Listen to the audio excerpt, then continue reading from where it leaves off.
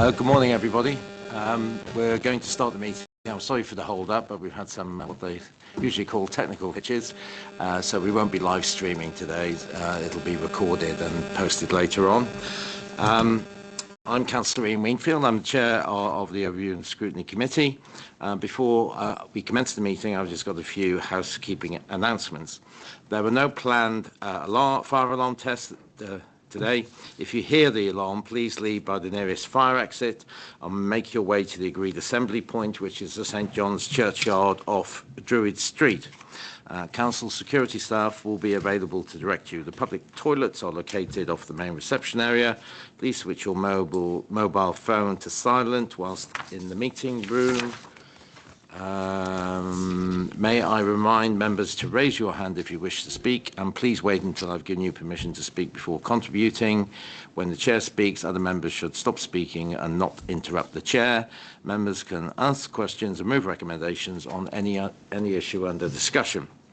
Could members and officers also ensure that they keep the microphone close and speak directly into it. We've had issues in the past about sound levels.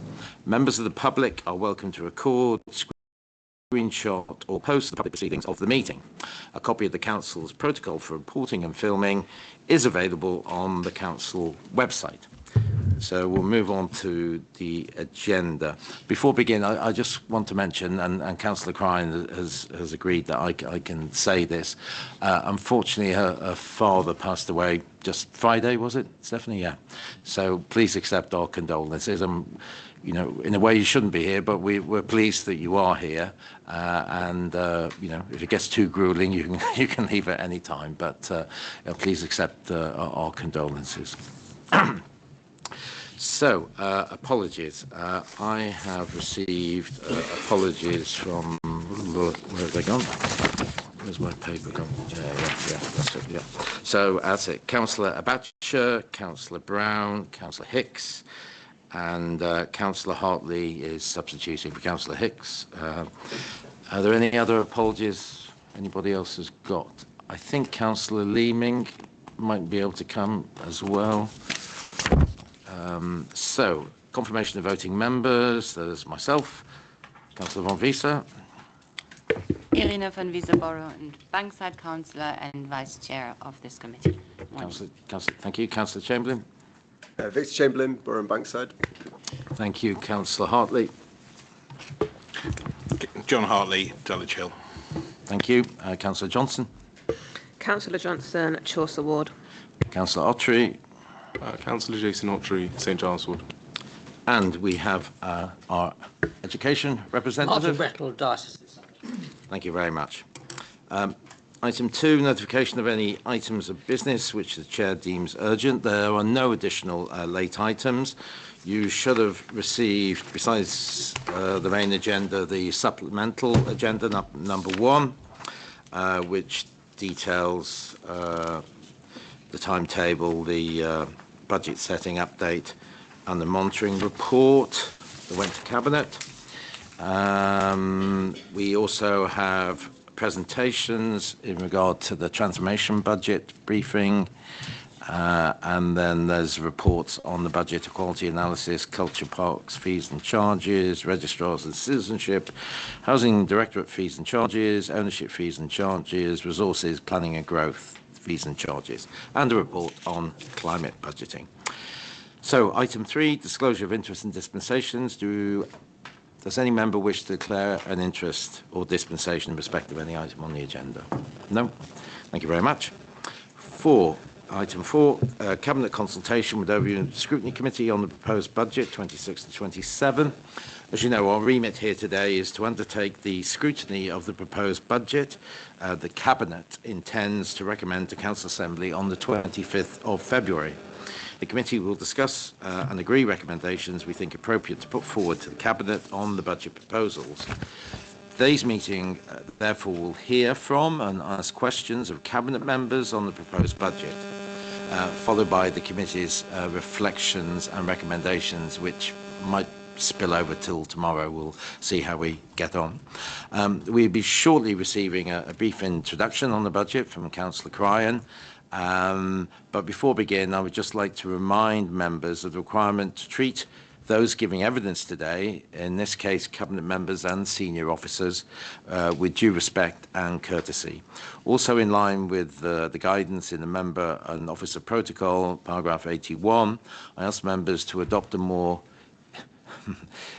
inquisitorial approach did you get that, Martin? To questioning rather than a confrontational one. And finally, if I could ask that we all be concise with presentations and questioning for timekeeping purposes. Councillor Crime, would you like to step forward, please? Yes, sure. So just for the record, if you'd just like to introduce yourselves and your positions, please. Thank you. Thank you, Chair. Councillor Stephanie Cryan, Cabinet Member for Equalities, Democracy and Finance. And Clive Pelfman, Strategic Director for Resources. Over to you. Thank you. I will be quite brief because, as you can... Sorry. That was Rachel Reeves. Sorry about that. No, I don't want to jump just yet. No. But anyway, I will be quite brief because I think, as probably people understand, I'm not as prepared as normal on this. So I've got a few sort of opening remarks around this. So first of all, just as always, really welcome today and the role that this committee plays in our budget setting process. I think it makes it a more robust budget as a result of that. And I think it's always a really interesting day and the recommendations, looking forward to seeing the recommendations that come out of this. And I think, you know, what past meetings have shown is that when those recommendations come out, we do take the recommendations very seriously and look at how we can incorporate, where possible, those recommendations into the final papers that come to Council Assembly in February. We are coming into the last year of a three-year budget. As everyone knows, we did set a three-year budget around this, and I think that's been really helpful for us as an organisation. It's been really helpful for me as a cabinet member, because actually when we look at where we are and the scrutiny that has been given on that, because actually when we come into this year, there is only one new item within the budget, and that's a saving on our what's called the SAP system, which is all the HR functions and things like that. But what it allows us to do by doing a three-year budget is to really have a real deep dive into the in-year budget pressures that we see. And I don't think there are any surprises that the in-year pressures for this year are the same as they were last year and in previous years. They are ongoing pressures. They're not pressures that are unique to Southwark. They're very much unique. They're very much aligned with the vast majority of London and actually the South East, and actually as we're seeing further afield now in the rest of the UK and around that. So I think some of the things that you'll be seeing today are looking at those in-year pressures, and I really welcome the questions and maybe recommendations that come out of that around that, because the budget isn't just about setting a budget, it's making sure that we deliver and actually recognise those pressures and adapt and evolve around those as well. I won't speak too much on the settlement at the moment because I know we're going to go through that after lunch. But, you know, we now have the budget settlement. I do welcome a three-year settlement because, as I said, you know, I always say where Southwark leads, others follow. We have done a three-year budget, and having a three-year settlement, whatever's come out of that settlement does give us more certainty rather than a year in settlement. But doesn't mean to say that we won't get settlement again next year. We've only got, you know, each year you do get a settlement, but they've given a three-year, the government have given a three-year projection for us on that. I think, you know, when we come to that, we will say a little bit more in detail about the settlement. But I think one of the things that's really clear is that, you know, I personally do agree. I agree with redistribution. I think that money should be allocated where it is needed most to allow the country to succeed, and those councils that have been deprived since austerity for the last 15 years actually have got that opportunity to, and it won't even hit the size for a lot of those councils as well. It's really tough times. There isn't enough money to go round, and I do think fair funding is a fairer way to do it around that. Doesn't mean to say I don't have concerns about what the impact that will be for Southwark over the next 3 years, and that's my job with Clive to work out what that will be and how we mitigate that this time next year when we come to this committee around that as well. But I just want to note that, you know, when you're looking at deprivation and you're looking at the indices of deprivation, part of the reason for our settlement is that this administration, for the last 15 years, we've done a lot of work in reducing poverty and actually giving people a chance. You know, if you look at the work we're doing around creating jobs and apprenticeships, the work that we absolutely doing, making our schools, you know, good or outstanding. I think it's 99% now that are good or outstanding. Those are the things that we do in local government that we do well, that helps actually raise people out of poverty and actually gives people a chance so that when our deprivation levels have increased, it is because of the work that we're doing and our values around that as well. So there's a lot of stuff that, you know, whilst we would like more money in settlements, we always would like more money in settlements. I think we have to reflect and say, where are we now in Southwark to where we were 15 years ago, and actually look at all those good things that we have done and continue to put into place. And the work that my Cabinet colleagues now and past Cabinet colleagues, some of us sitting around the table here as well. Yeah. I mean, I've been in Cabinet a long time, and past Cabinet colleagues have done to help that and actually make that a reality for a lot of our residents around that. And we will never stop doing that. We will never stop doing that as well. So I'm going to leave it there because there's a lot of what I've sort of said in my introduction, so that we'll go into more detail throughout the day around that. You'll have the opportunity, I think Clive's going to set up out the day, but you'll have the opportunity to speak to Cabinet around some of those in-year pressures, looking about more chance to talk about the settlement, looking at what we're doing to mitigate things around, in terms of transformation, as well as that. And also, though we don't talk about the HRA, we do talk about the HRA, but we've already agreed the HRA for the coming year, there's opportunity to talk about the HRA and the pressures within housing as well. Thank you, Stephanie. I really appreciate that. Just before we go on, I just wanted to alert the meeting that we now have Councillor Leeming and Councillor Seaton. So thank you for attending. And sorry, Stephanie, but I need to let them know. This was agreed with Councillor Crime beforehand, but unfortunately, her father passed away on Friday. And so we've given Stephanie our condolences collectively, and obviously you know, she's free to go whenever she wishes to go, but we're very fortunate that she has agreed to come here today, and we appreciate that. Thank you. And thank you, everybody. Thank you for that. And I'm going to try to stay for the whole day. If I do have to run out to compose myself or whatever, just please bear with me. Yeah. Thank you, and just a slight comment on what you said. I mean, yes, I mean, you know, this council goes above and beyond what it's statutorily required when it comes to helping people in poverty. You know, the relief that we give both for rents and for council tax, etc., is indicative of that. And obviously, we've also lobbied very forcibly and successfully in getting housing costs included in the recent settlement, and also more recently with other London councils against any proposal to do away with the Freedom Pass. So I think we've got a strong track record in terms of defending those that need defending the most. So thank you very much. Okay, so are there any, sorry, Clive, is there anything you want to add to what Stephanie said? Very briefly, thank you, Chair. Obviously, this is the third time I've been in front of you in a short space of weeks. In December, we presented to this committee a sort of baseline of the Council's financial position, which was in advance of the draft settlement arriving in late December.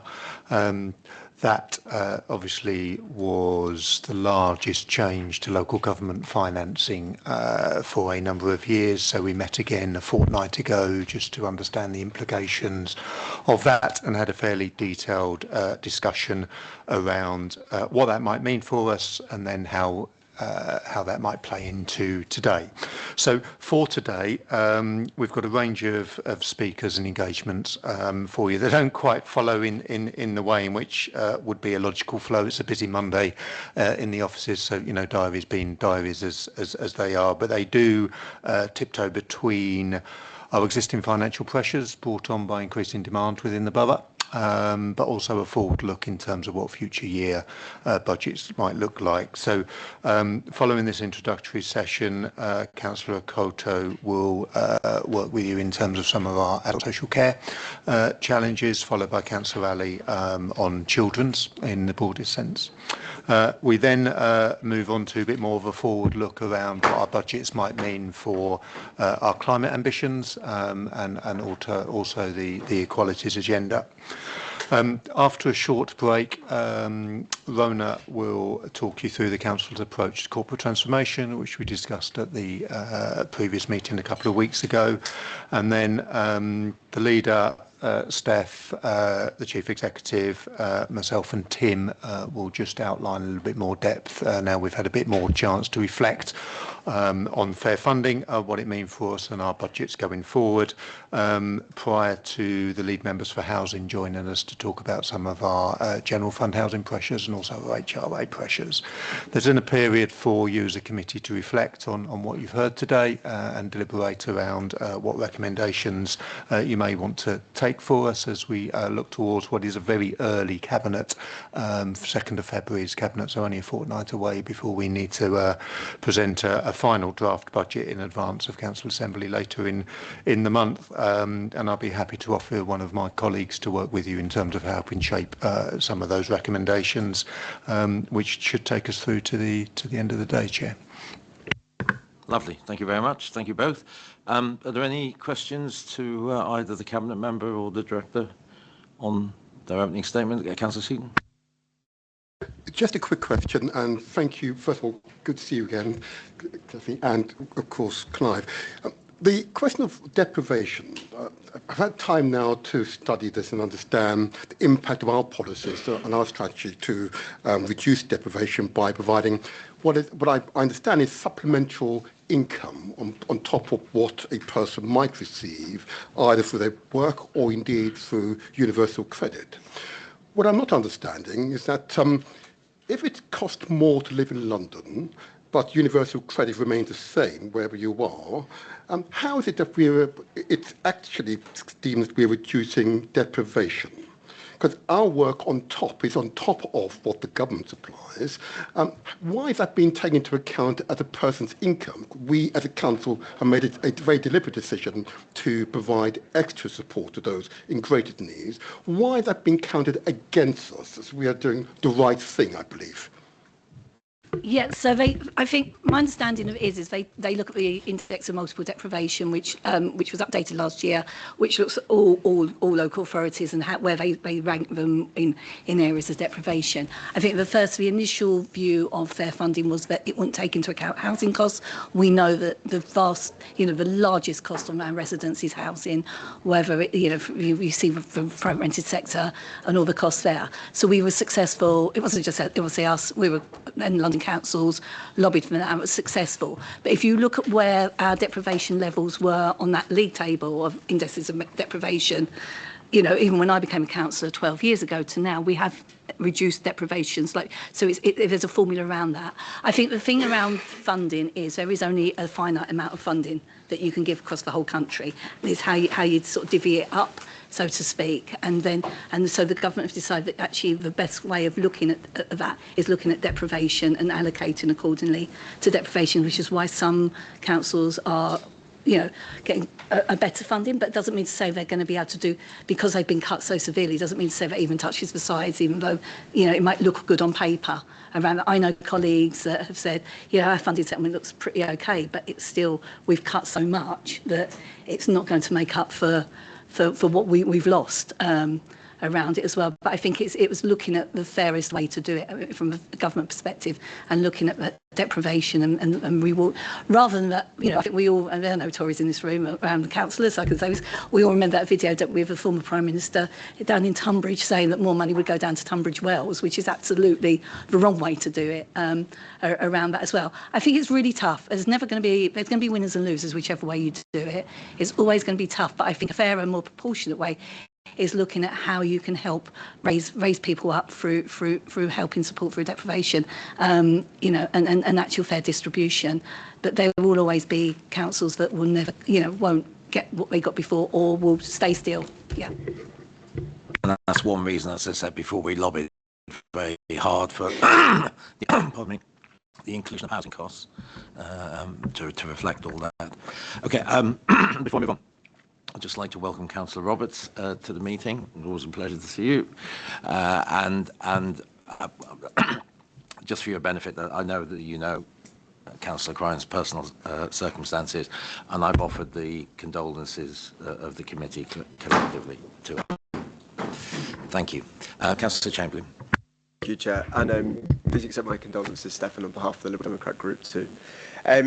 So, Stefan, you mentioned that we set a 3-year budget so that we had a bit more predictability in how we do our finances as a council. But this year's council budget is still overspent by £26 million after planned reserve usage. So I just wanted to interrogate why that was, and what is being done to avoid that going forward in the future.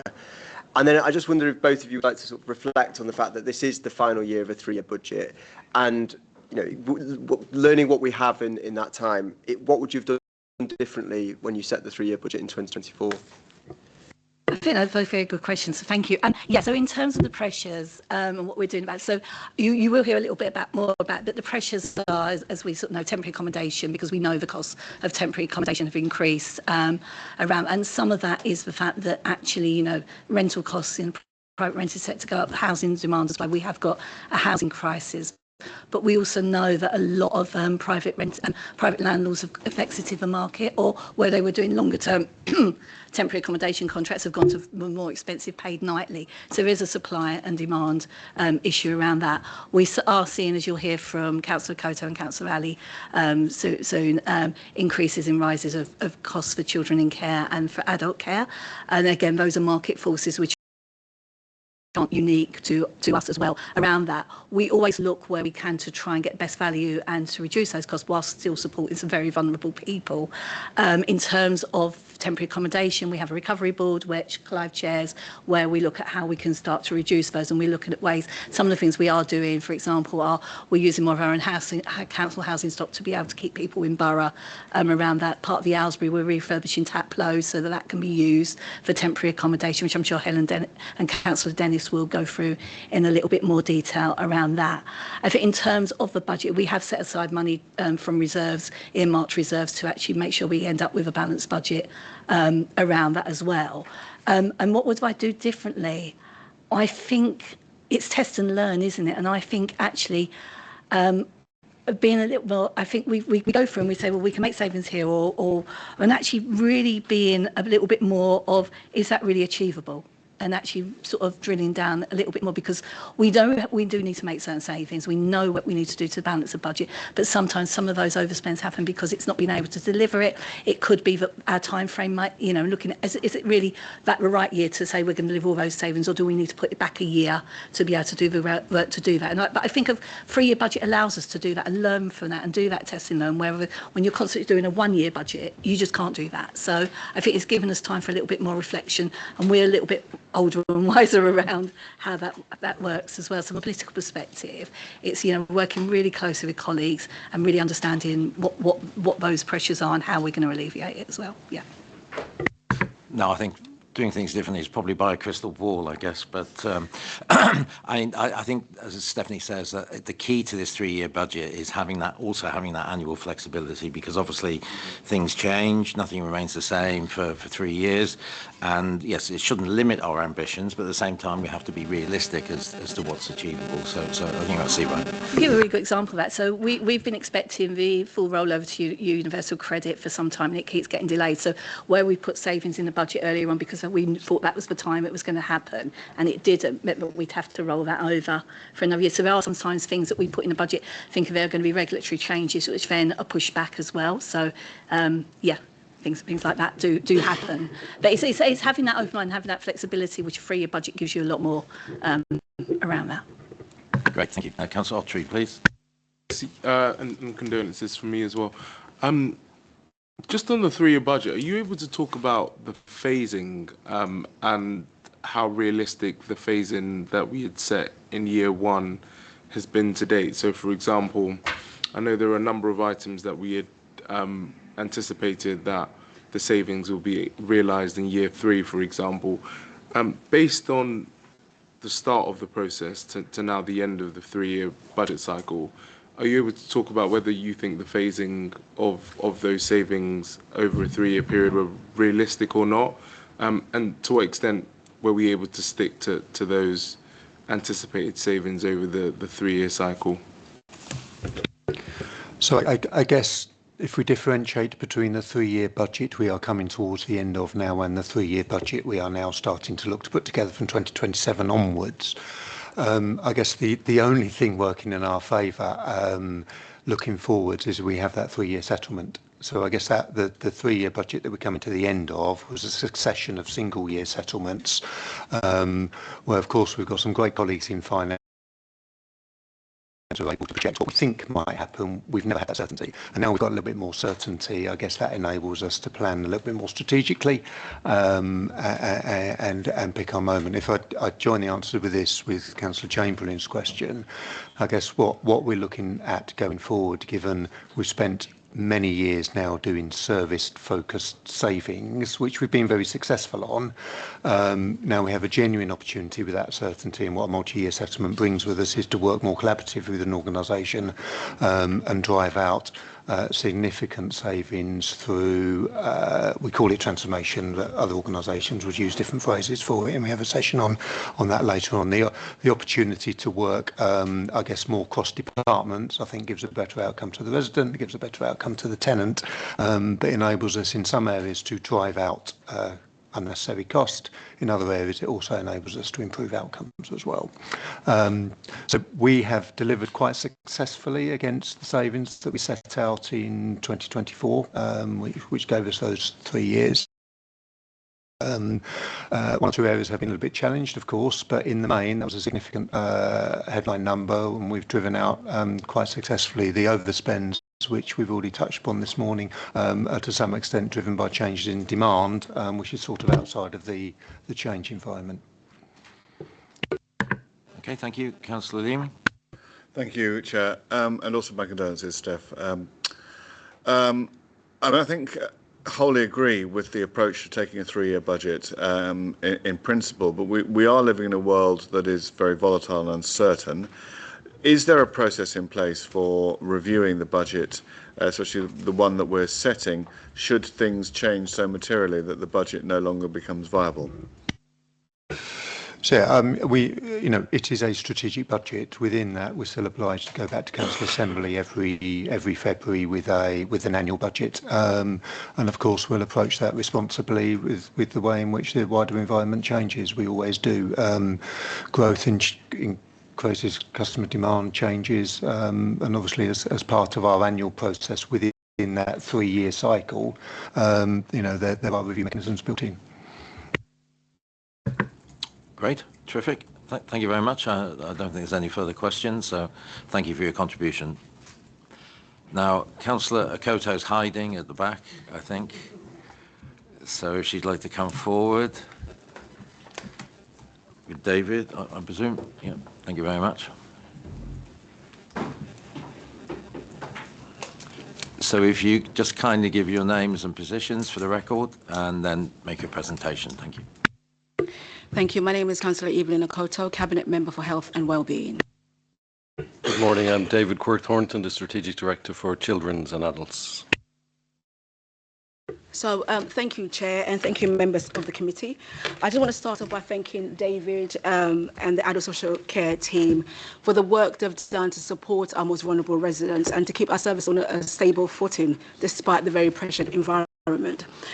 This is the final of a 3-year budget, and for adult social care, things haven't changed. We are still manoeuvring in midst pressure.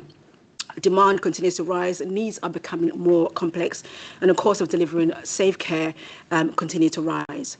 However, these are structural pressures and not one-time issues. So this is something I know everyone is feeling across the country.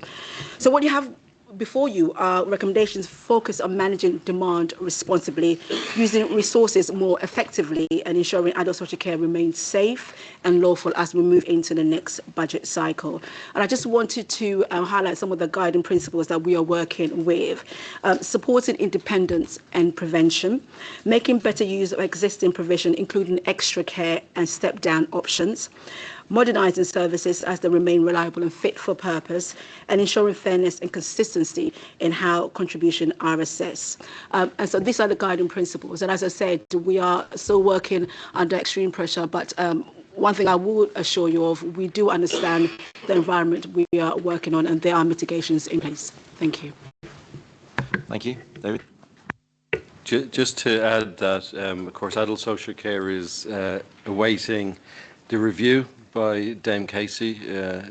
Review of adult social care is a long time coming, and we've been out of sync with the NHS, who have a 10-year plan, and we are effectively two sides of the same coin. So we look forward to that review and hope that it does put us on a solid footing, not just in terms of funding, but also what a national care service may mean in practice, even around consistent standards.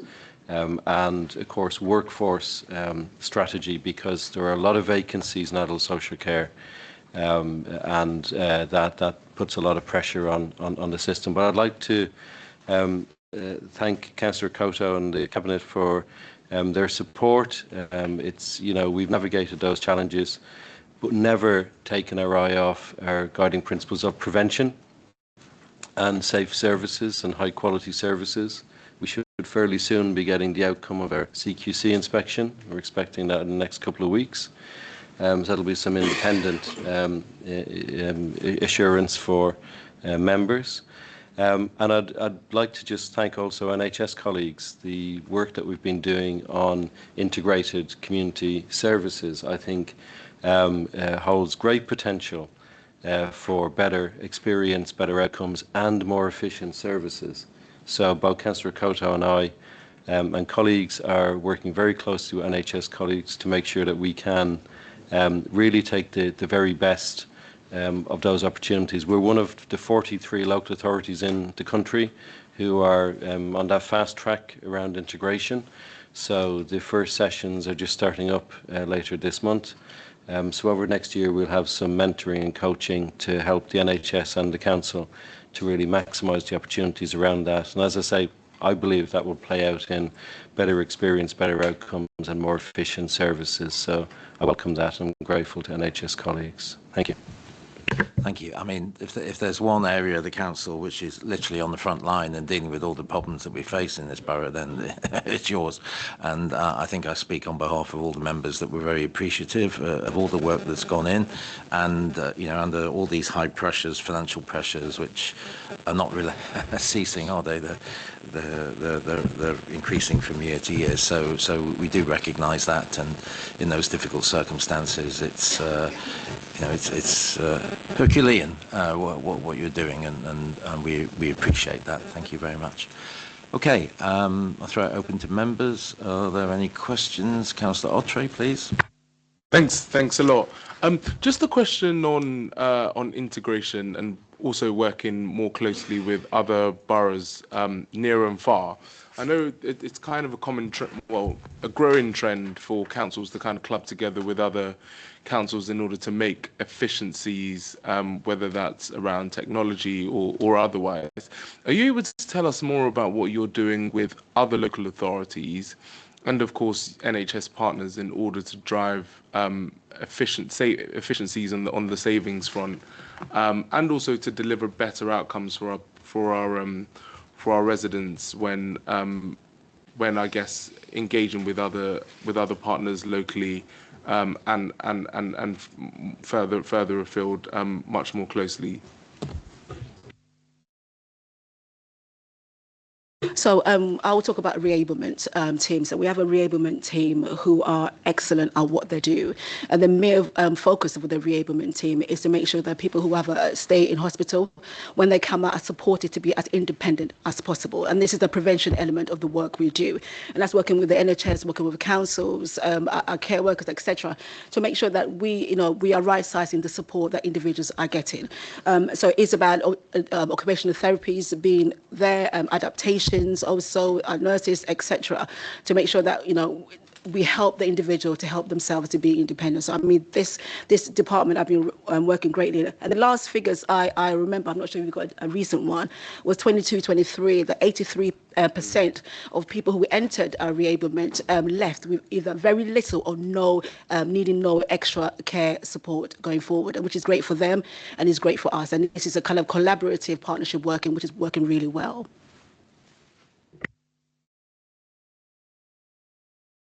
So it's the initial benefit is cost avoidance, because those 83% of people will either go on to need no care or less care than before. So in terms of the inflationary uplift we would expect if all those people came through. Well, not all, but most of those people came through. We'd be looking at between £4 and £5 million a year of extra expenditure in adult social care. And that team is one joint team between ourselves and Guy's and St Thomas's with one manager. So we don't get in the way organisationally, we let them do what they need to do. And if I tell you the national benchmark for reablement is between 15 and 20% when we're functioning at 83%, you can see colleagues are really, really smashing it, which is great for residents, but does save us between £4 and £5 million a year in a cost that would otherwise present as care costs. Can I just touch on as well the work with other local authorities and NHS? So as part of our community integrated services, we're buddied up with Lambeth because Guy's and St Thomas's are our community health provider across both boroughs. So we put in a joint bid that our programme will be with Lambeth. We work very closely with the South East London boroughs. So the DASs, the 6 DASs across South East London meet every fortnight, and we have a programme of work together, and we share our contracts information, look for any opportunities to come together.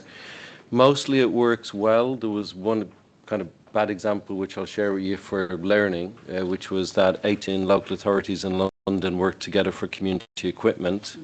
And so we'd commissioned NRS, a big provider for community equipment. They went into administration last autumn, and so then we suddenly had 18 local authorities who didn't have a provider. And that's not just about the new kit to be delivered, it's also about the servicing and repairs of the kit that's already out there. So it's safety critical. But by working with the other local authorities, we were able to test the capacity of the other providers in that area and to make sure that we all ended up with good providers. And so, you know, that was a case where very quickly it fell down because it got too big. That was the reflection back from us and from PwC. It just got too big and it failed.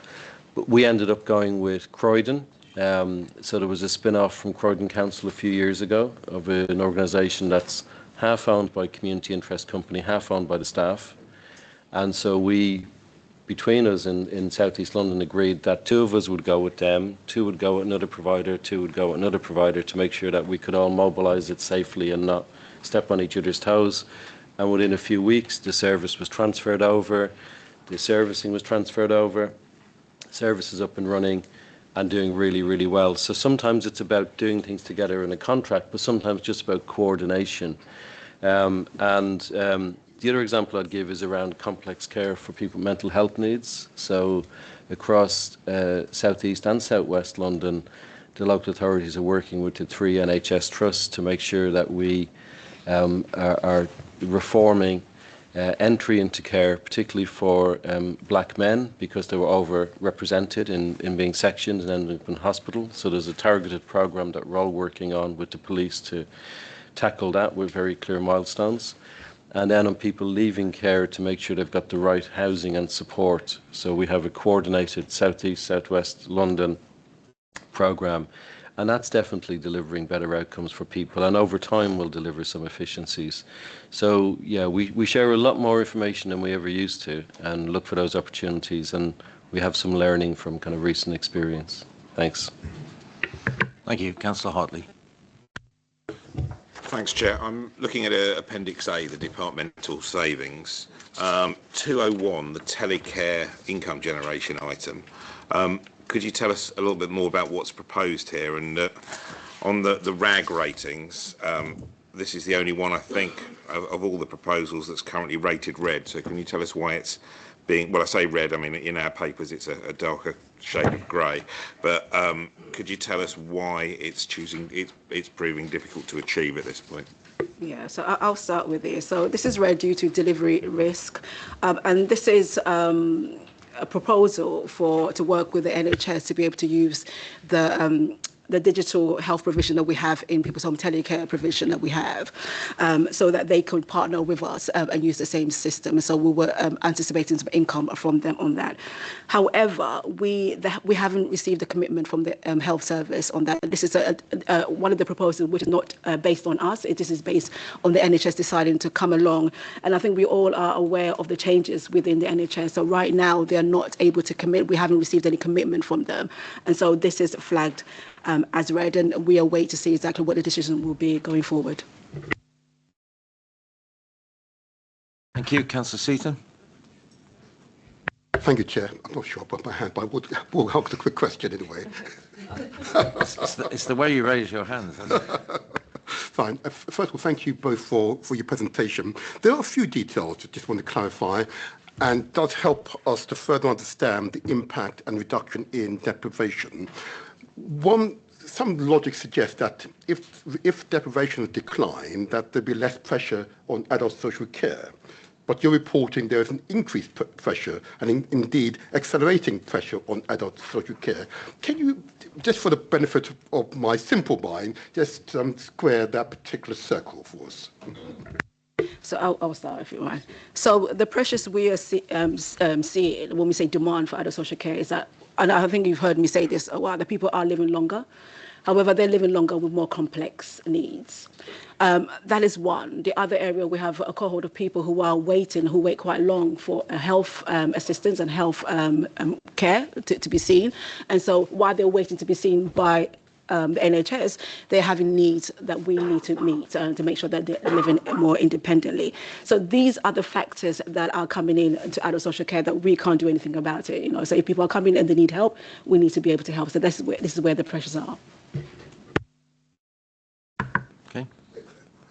Okay, Councillor Chamberlain. Thank you, Chair. I just wanted to ask about the rise in national insurance and the impact that's had on social care, because I know there was a lot of speculation that they would particularly have an adverse impact. And David, you mentioned the staff shortages being something that you're seeing now. So I just wondered if you could elaborate a little bit on what from your perspective, the impact has been.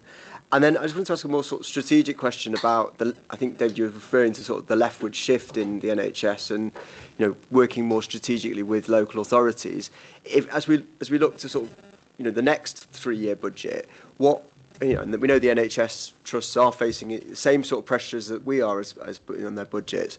What are we doing? Sort of building on the question there, but what are we doing to sort of look more strategically at where the world is going to be in 10 years' time to sort of, try and work better with the NHS and to utilise their budgets in a more sort of strategic way, and together we can achieve a lot more. I'm not sure I've asked that very well, but I hopefully get the meaning. Yes, I'll start again. So with regards to the national insurance increase, obviously this is adding a financial burden or pressure to adult social care and what we have to pay. But I think we have to kind of caveat the fact that social care workers are the most poorly paid sector. So we can't bemoan the increase. I think we have to kind of accept that this is the right thing to do, but the pressure is there. So it's about how we mitigate and how we adapt to the ongoing pressure. And obviously we're very, I would say in Southwark, we deal very robustly with adult social care budget, and we have a continual monitoring and making sure that, we get ahead of things when it escalates.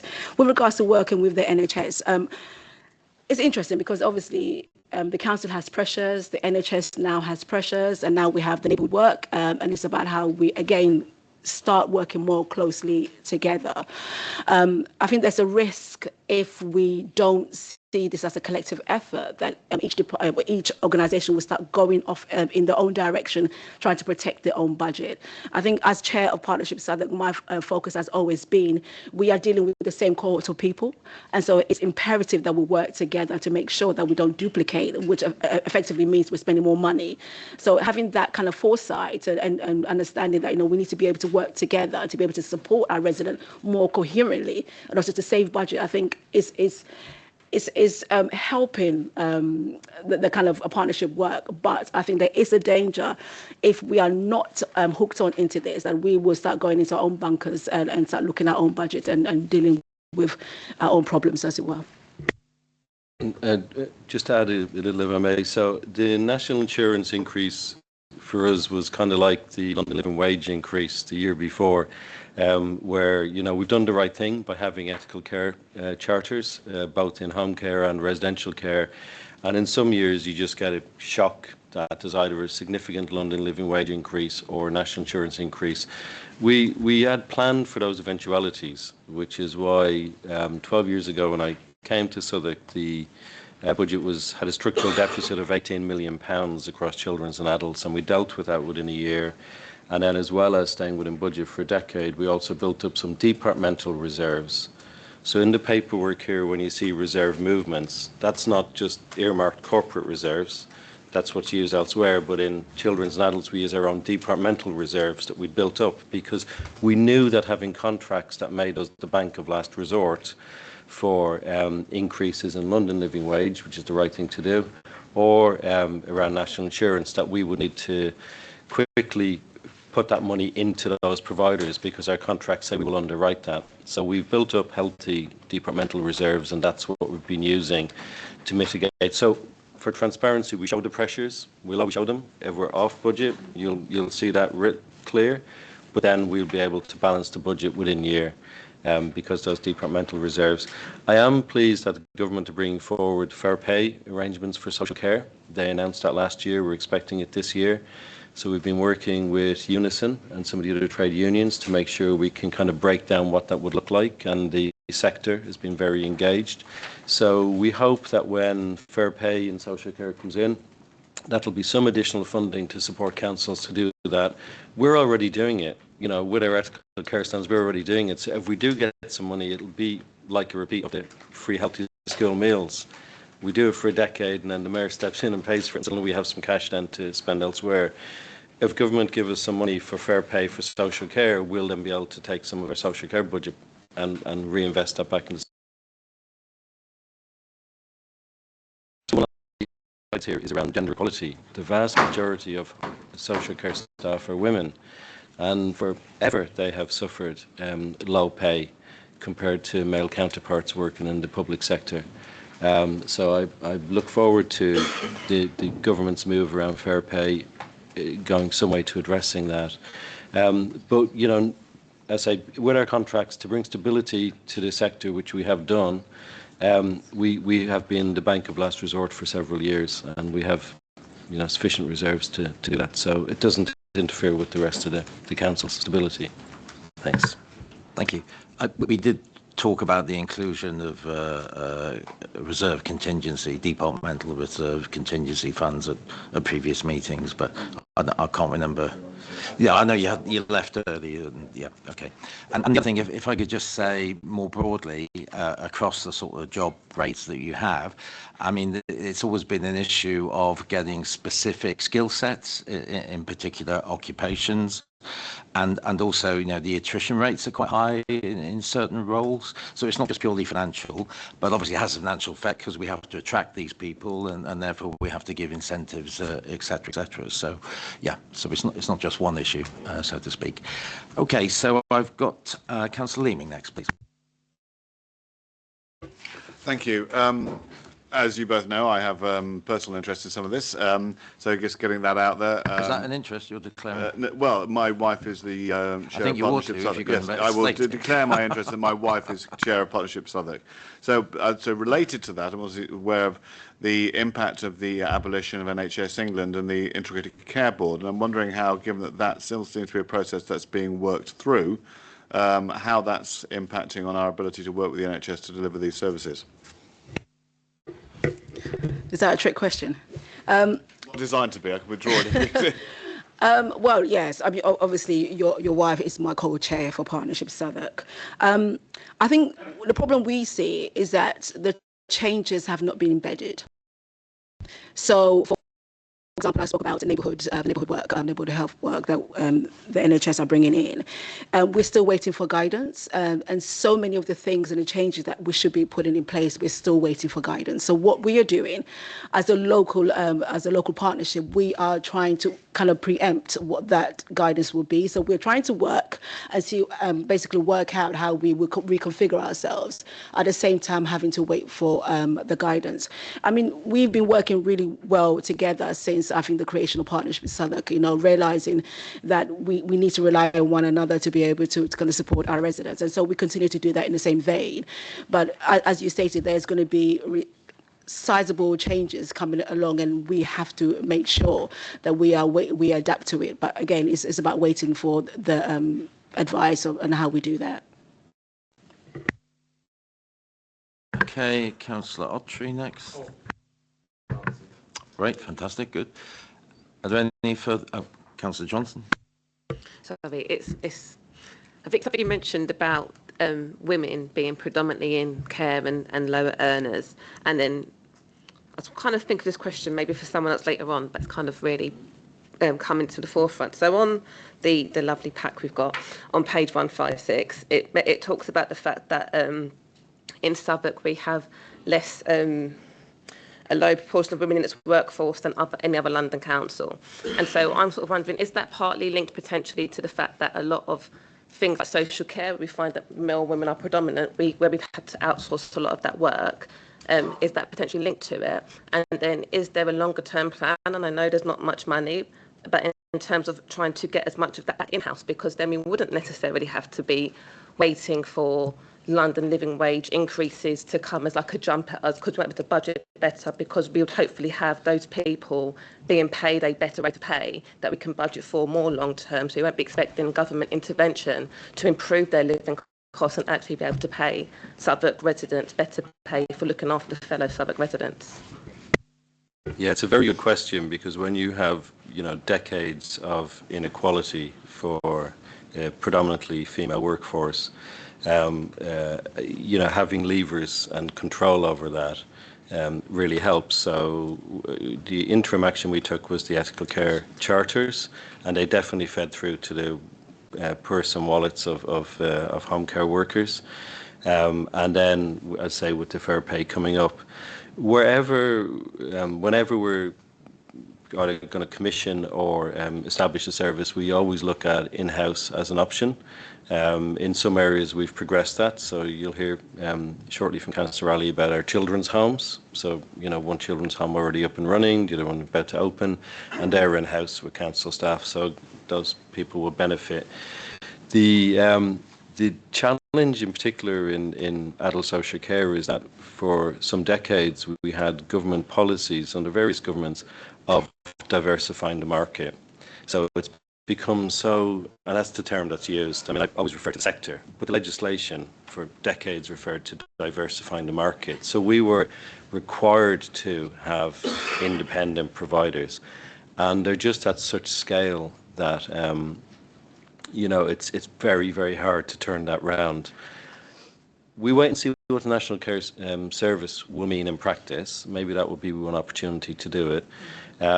Where we're stepping in, so when Tower Bridge Care Home was to be closed or sold, we stepped in and bought it. We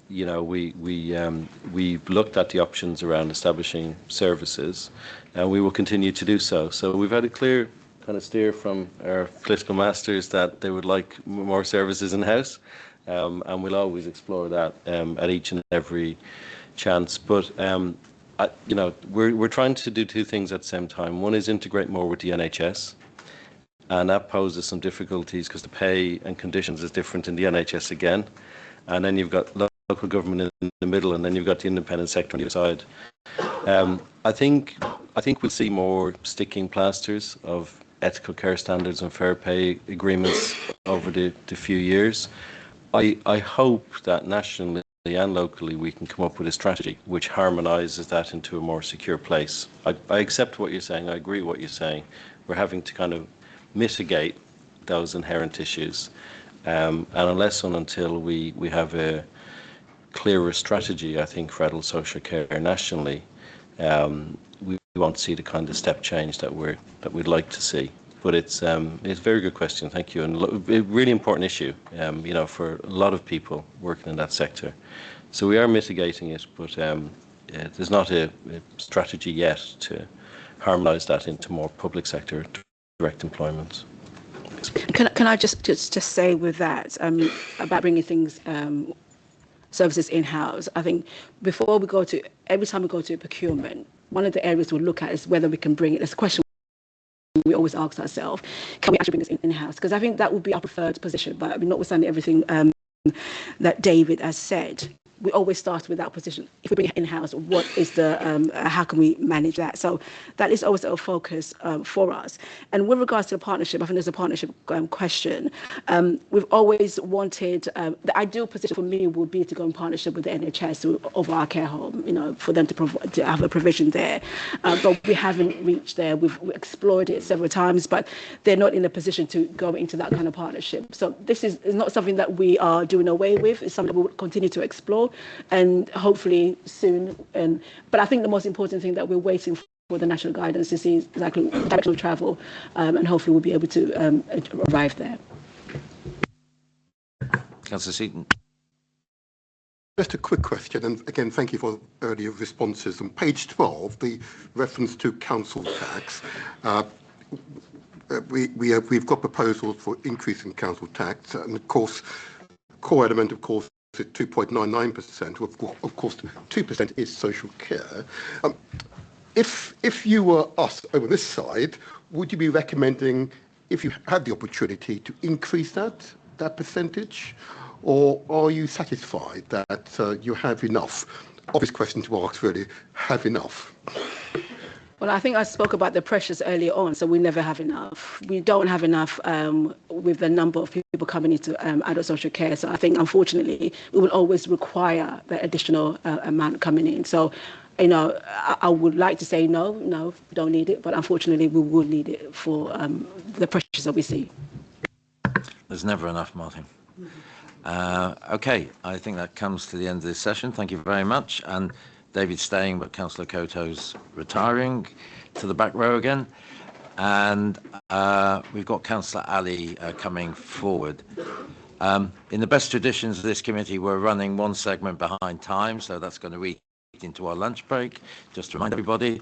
And if we could begin sharpish.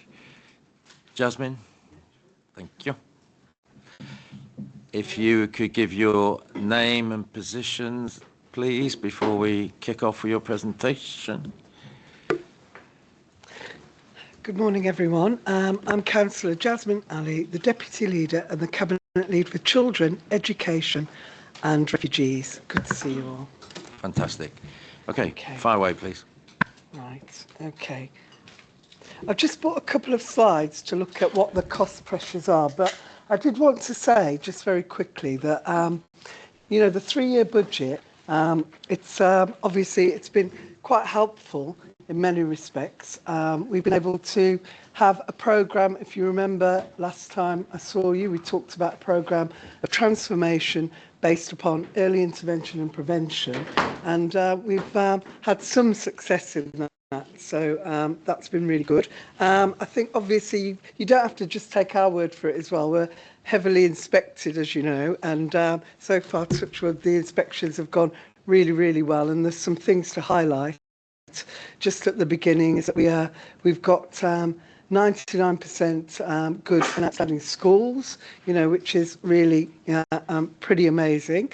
And we've also got. I think I'm allowed to say, am I, about there? Yeah. All right. So we'll come on to the care homes in a minute, but we've got an outstanding for our care home, and that's hot off the press. I think I'm all right to say that. I know that we're out live, but that's, you know, amazing news, really, and that just shows you that the actual move to transformation is working. And I suppose the only other point that I wanted to say on that was that, you know, we've really reduced our costs on agency staff. So it seems to be going in the right direction. However, you know, some of the pressures now. Well, our children in care placements, just like every other local authority in London, it's very difficult. There's a lot of people that make profit out of this, but we've successfully supported nearly a 20% reduction in the number of children in our care. So you've got the graphs there, and that is, that's pretty awesome. That is, and that is to do with the amazing work that's going on, early intervention and prevention, keeping families together. So that is actually working, but despite the success in supporting our children, we know that there's a national recognition that costs in care placements continue to exceed. As you know, when I was here before, obviously we can't name people, but, sometimes that could be one individual placement that, really, basically because of complex need can really take, the cost up. But, we have fewer people that are placed outside of London. And as I say, we've got one care home open, very successful, outstanding, and we've got another one in the pipeline. Okay, so that's our position.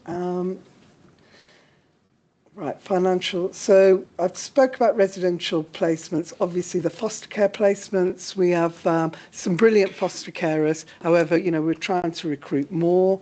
We've got adoption supports, and there are many ways that we can actually support our children in care. And because of the keeping families together, we've been able to reach out and, basically get relatives involved and, keep people close to home. Okay, so this is we're delivering better outcomes and managing resources. We've invested in our family group conferencing services, so that's why we've been able to keep many of our children in kinship carers. We've created and invested nationally innovative evidence-based services, which I mentioned before, keeping our families together. Our poor services, which works with women who have already had children taken into care to help reduce the likelihood.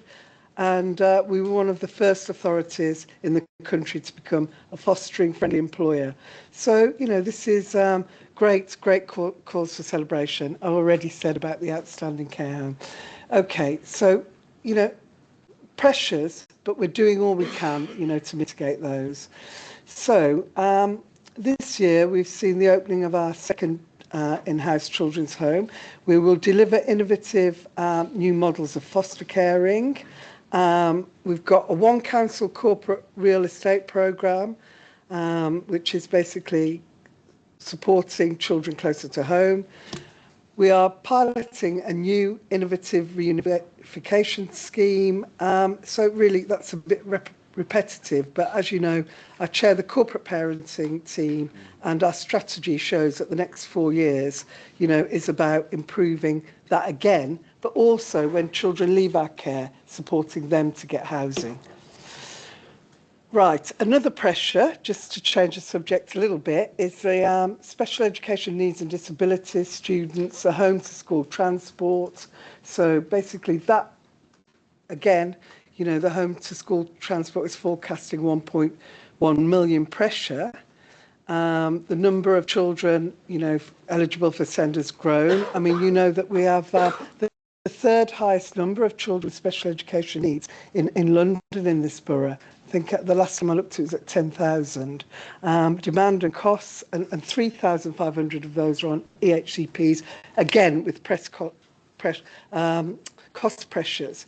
A little bit beyond our control, but we've seen that the government have said that they are, going to manage the finances. We don't quite know what that means, but they'll centralise the finances of special education needs. And there's a SEND paper. I met with the minister this time last week, along with all the other London leads. It wasn't a tete-a-tete, if only I had that influence. But basically, we had the meeting, and she said that the SEND paper was imminent, really, and that we will be getting that, and we expect to see what they mean by centralising the special education needs funding.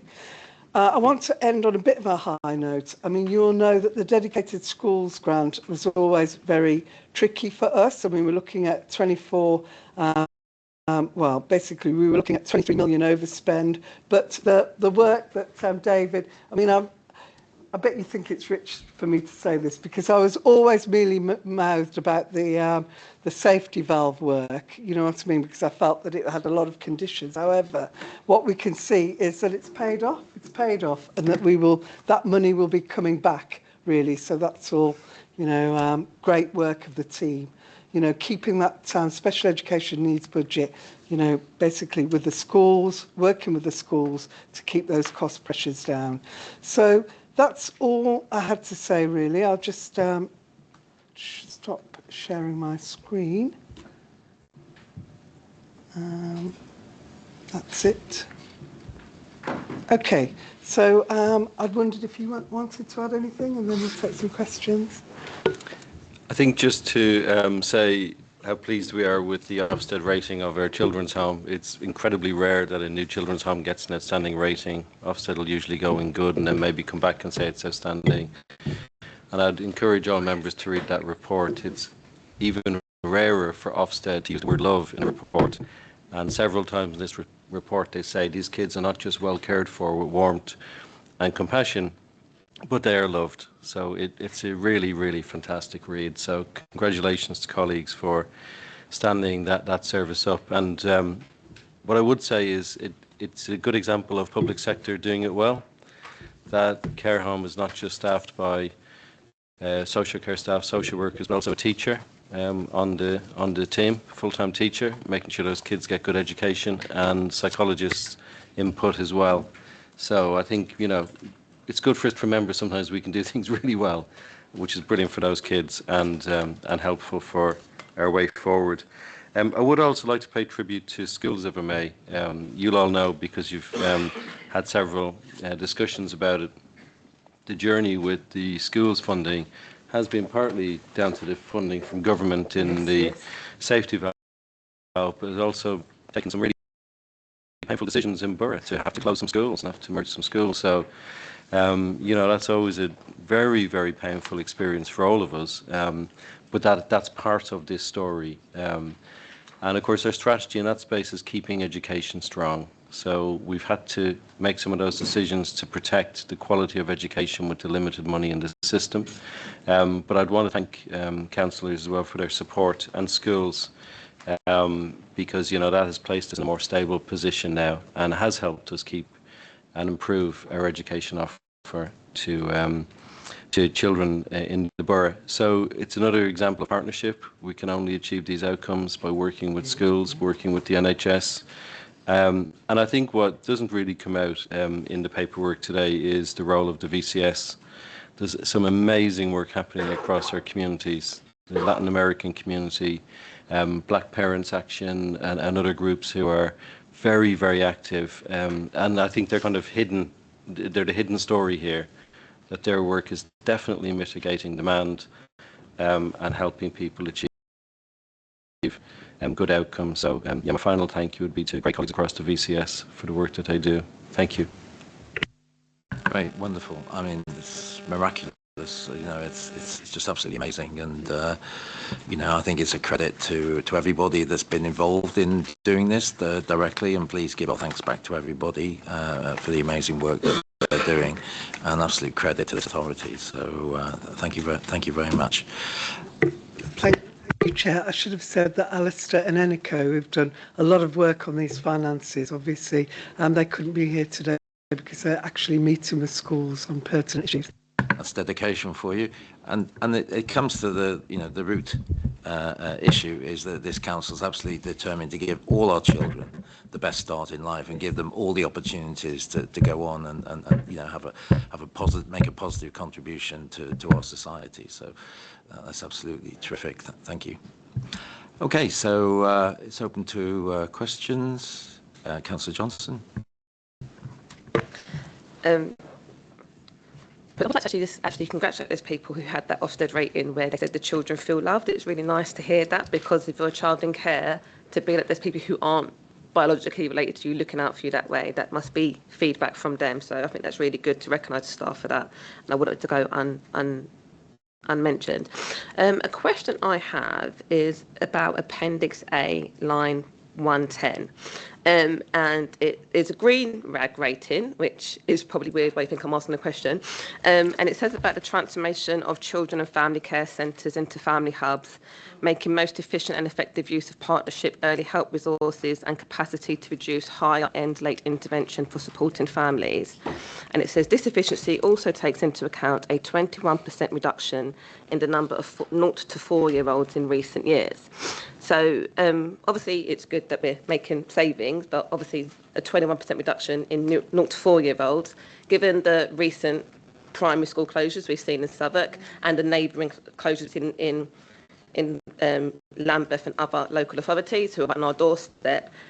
What discussions or further discussions have been happening with schools, both primary and secondary within the borough, to make sure that this is fed through and we have less shocks for families? Because ultimately, if we're looking at a 21% reduction in that current age range, we've already seen the stuff happening. You know, we're starting to feel the pressure now in secondary schools. I'm the secondary school governor in Southwark. If we're seeing further reductions, what work are we doing now to make sure that we're future planning our education to keep it robust, to keep those schools open and to make sure they're financially taken care of? I know we've got a few academies, but it's all our problem.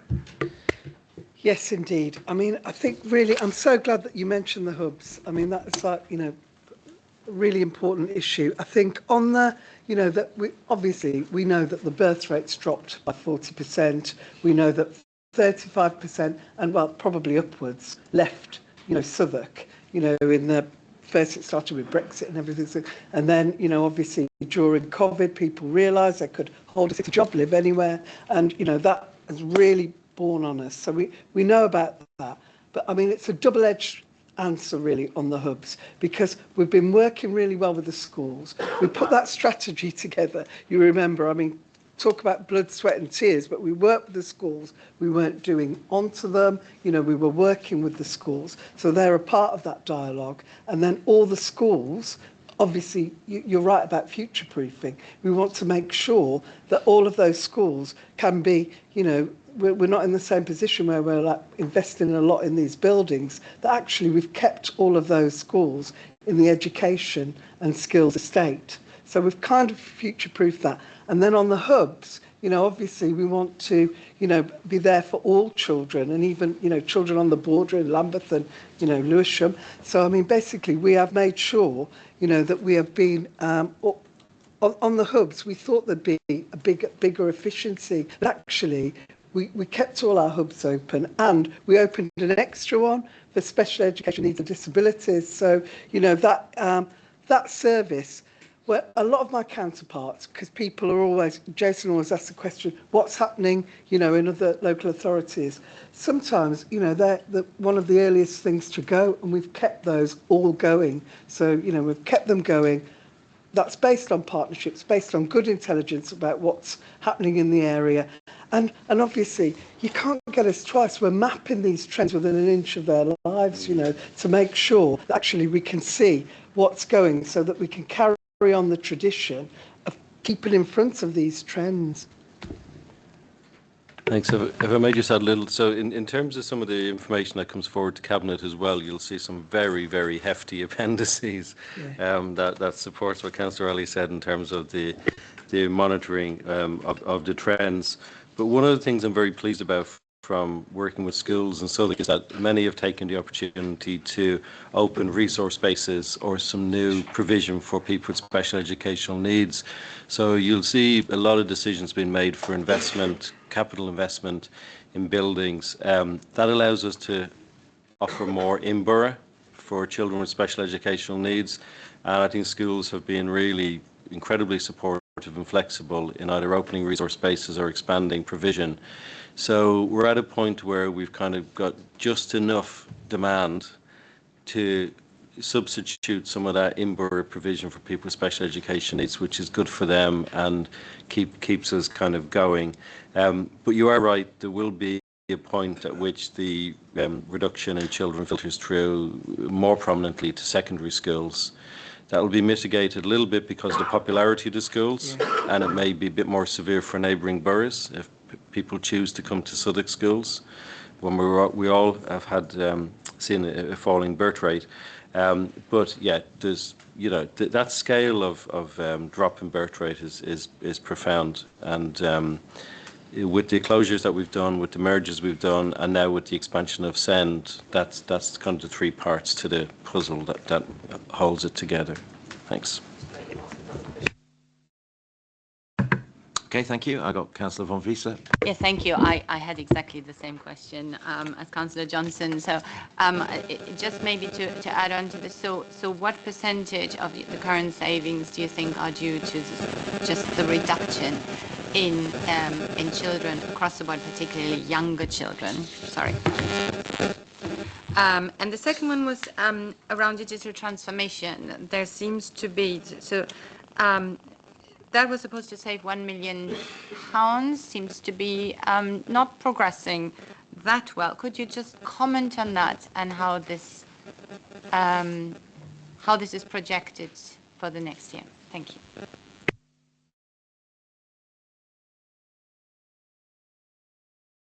Well, I'll just answer your last question first, if that's all right. I mean, basically, we're late on the moving to, that we've got a couple of teams that are based in offices which are, not up to scratch. They're not very modern. So obviously part of that transformation programme is to move people into co-location, which is good for everybody, but also to have, great IT and everything, because some of our services are running out of, very old buildings. So that is late.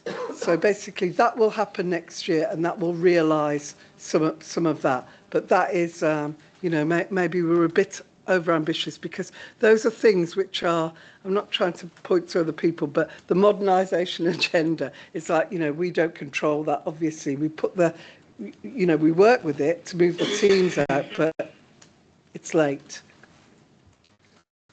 Yeah, Councillor Rowley's correct.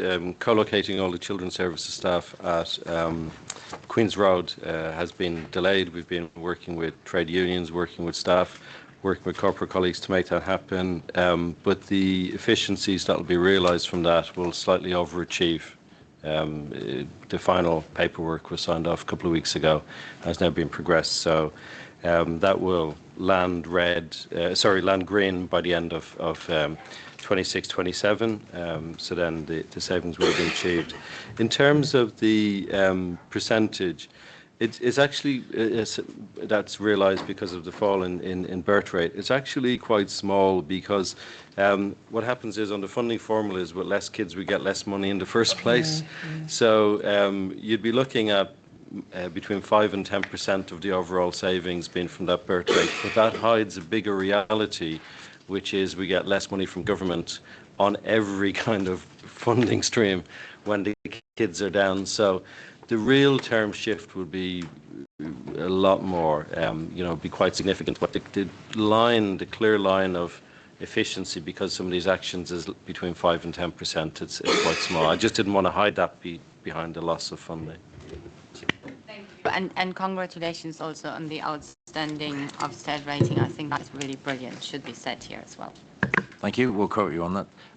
Councillor Seaton. Thank you. Oh, very good. Thank you, Chair.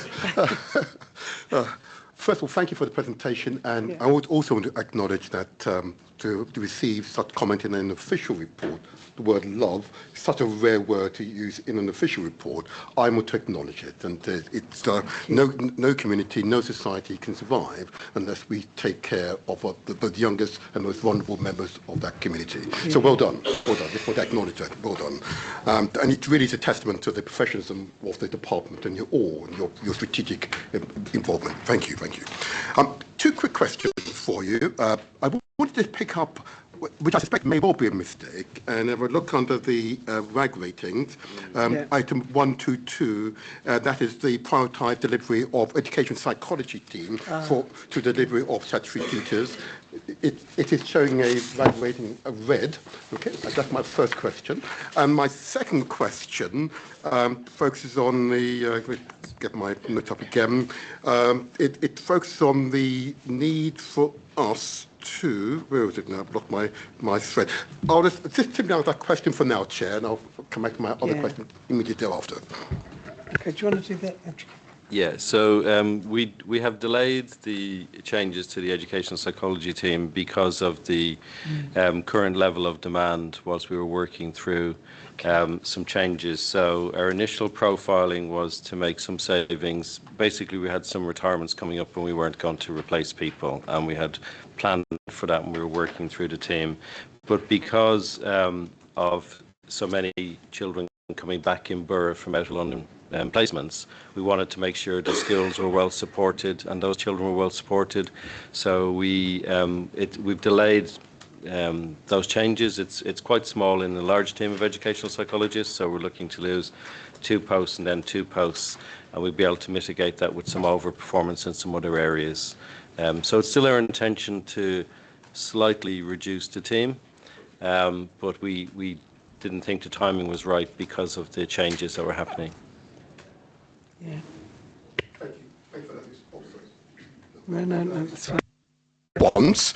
My second question, and again acknowledging the role of the voluntary community sector in social care, I've known for many decades that this has been a value-added, a resource that we are fortunate to have, and I've met hundreds of dedicated locals who are completely dedicated to supporting the community. They offer enhanced value-added, of course. You've acknowledged their role in the sector. Is there an increased presence of VCS in delivering these crucial services, or is the current involvement your limit? Well, I would say the current involvement is definitely not our limit.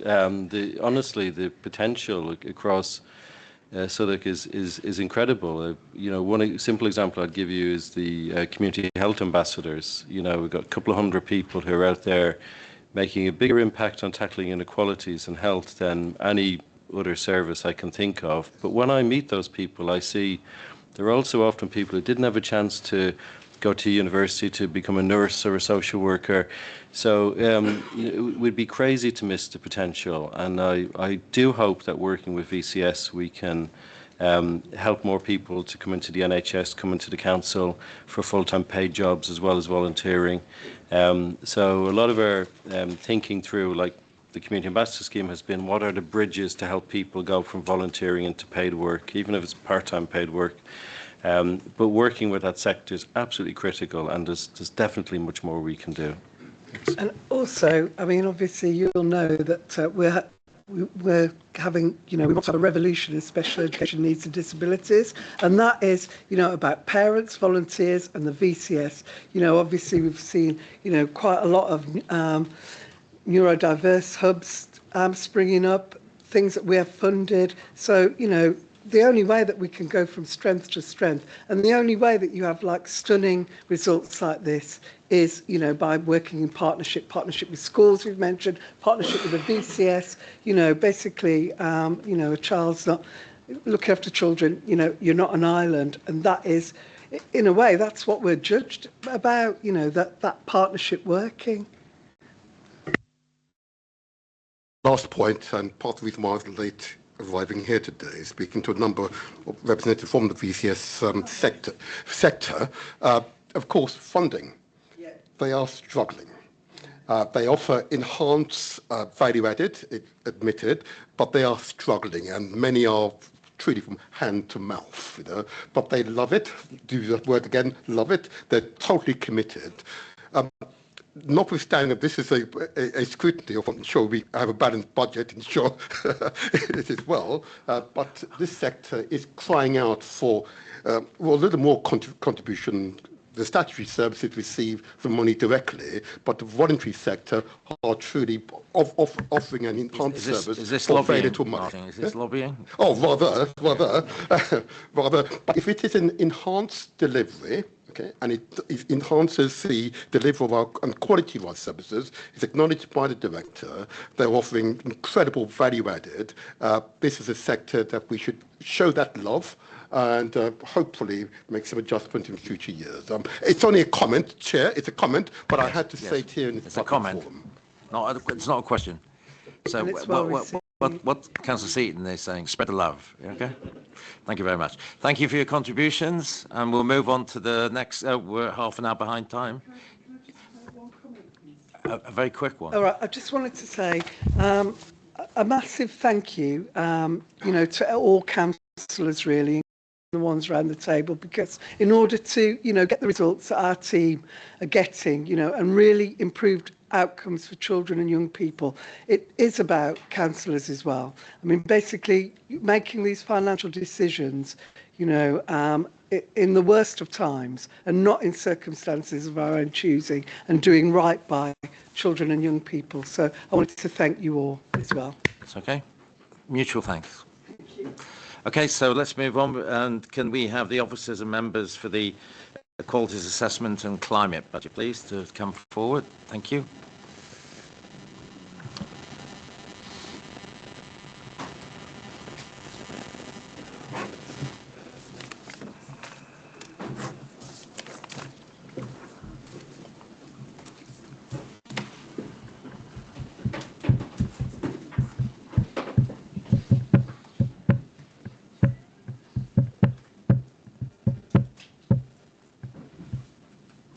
Okay, so if you could all state your names and positions for the record, please. Councillor Stephanie Ryan, Cabinet Member for Equalities, Democracy and Finance. Everett Willis, Head of Equalities, Diversity and Inclusion. Councillor John Batterson, Cabinet Member for Climate Emergency Jobs and Business. Tom Sharland, Climate Change Programme Director. Ali Richards, Strategic Director for Environment, Sustainability, Leisure. Apologies, I forgot my title there. Okay, thank you all. So who's going to kick off first?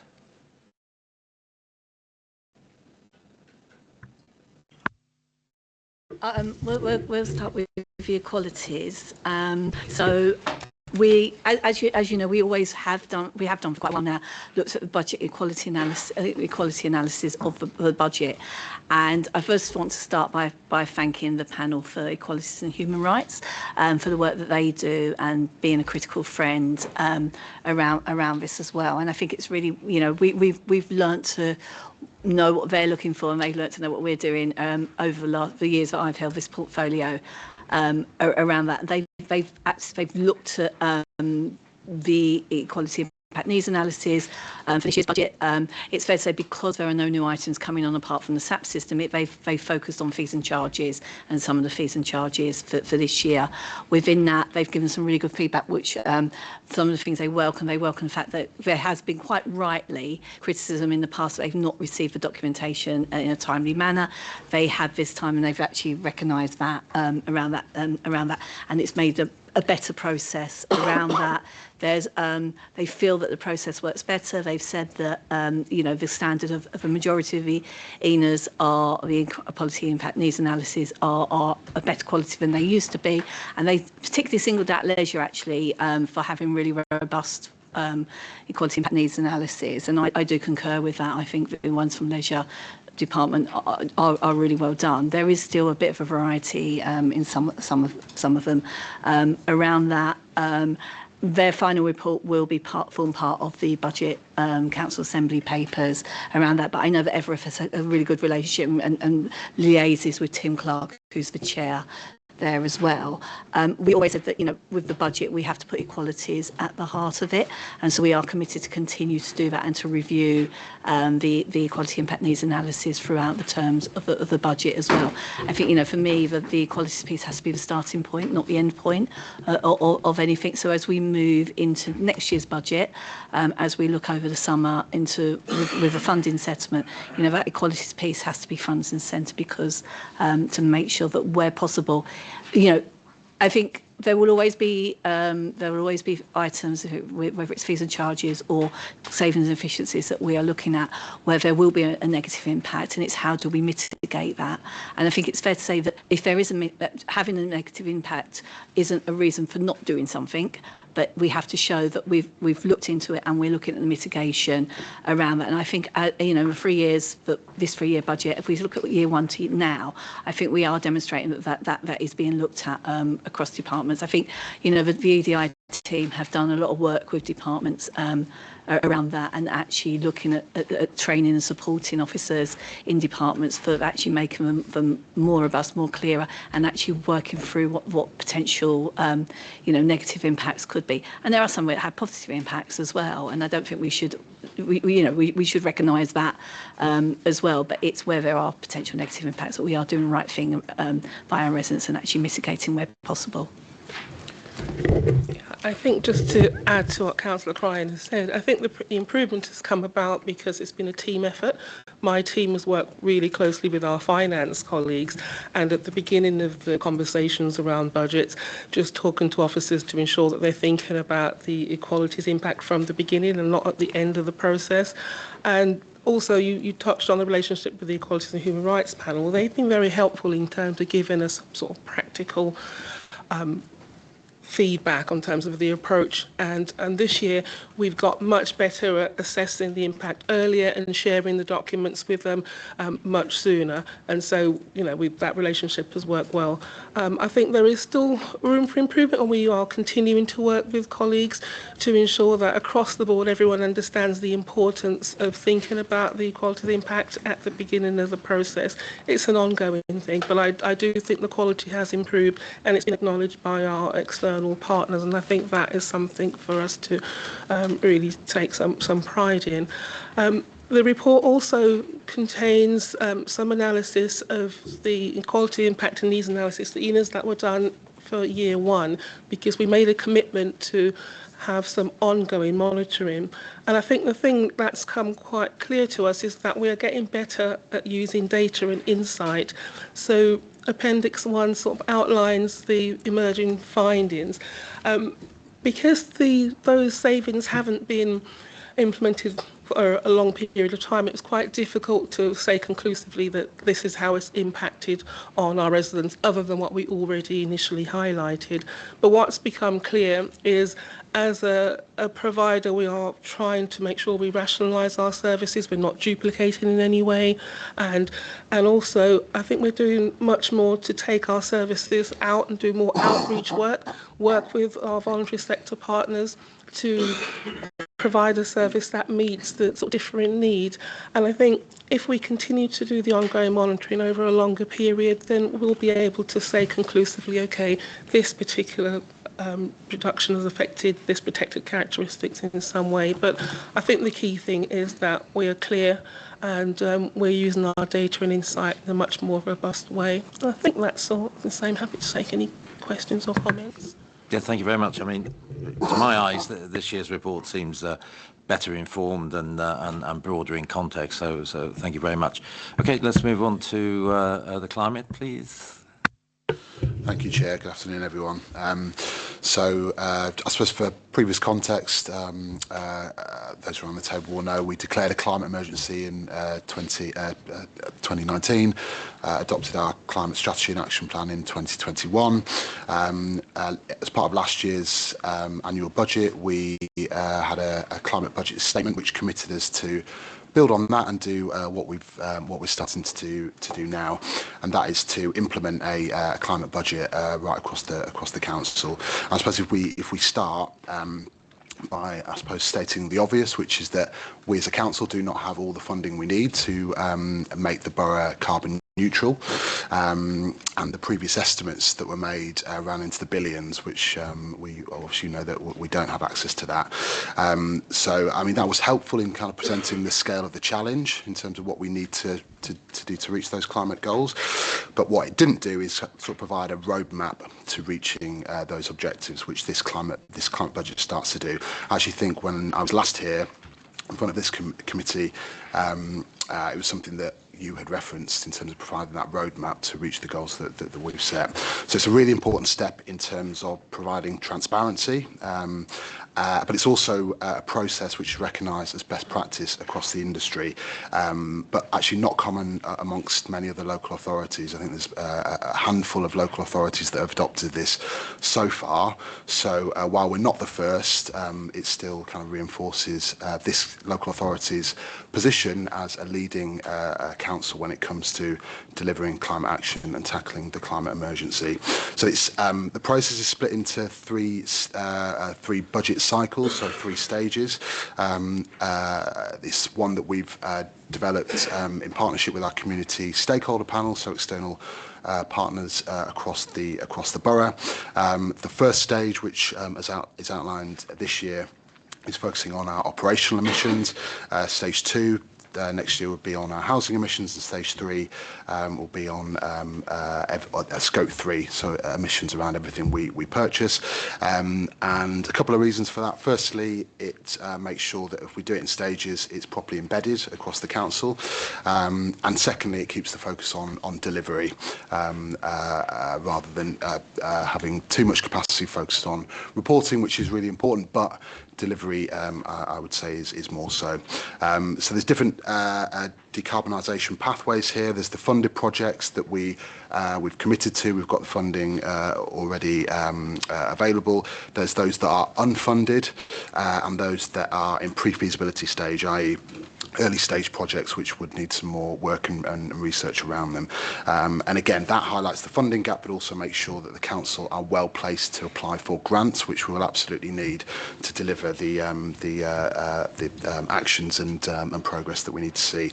And I suppose just finally, before I hand over to Tom to provide some context in terms of the team, this climate budget is a really important part of our strategy, which we reviewed and updated in September last year, to make sure that we are focused on the areas that will have the most impact in terms of reducing emissions in the council and across the borough, and also making sure that the borough is one that is resilient to the impacts of climate change.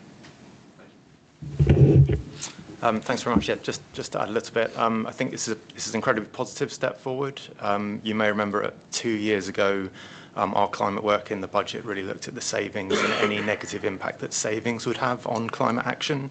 Last year, as Councillor Batson mentioned, we had a very positive commitment to this work, and now you can actually see it moving forward, and it will build year on year. It's safe to say that's, we're a small climate team. We're doing a lot of good work in this space, but this wouldn't be possible without input from finance colleagues and some really good data from our colleagues who manage the buildings, the street lighting, the vehicles that you'll see within this report. So it's another really positive example of this being a cross-council issue, which is moving forward. I think I've heard over a couple of years now the challenge from Scrutiny, as Councillor Batson mentioned, over really big headline figures of how big this challenge is, and then lots of granular positive action that's happening across the council. And this is a really big step in closing that gap and helping us really understand, for the resources we do have, where is the most beneficial place to spend and deliver on that money. So yeah, a really positive step forward, and one that we look forward to continue to work with colleagues in the future to improve.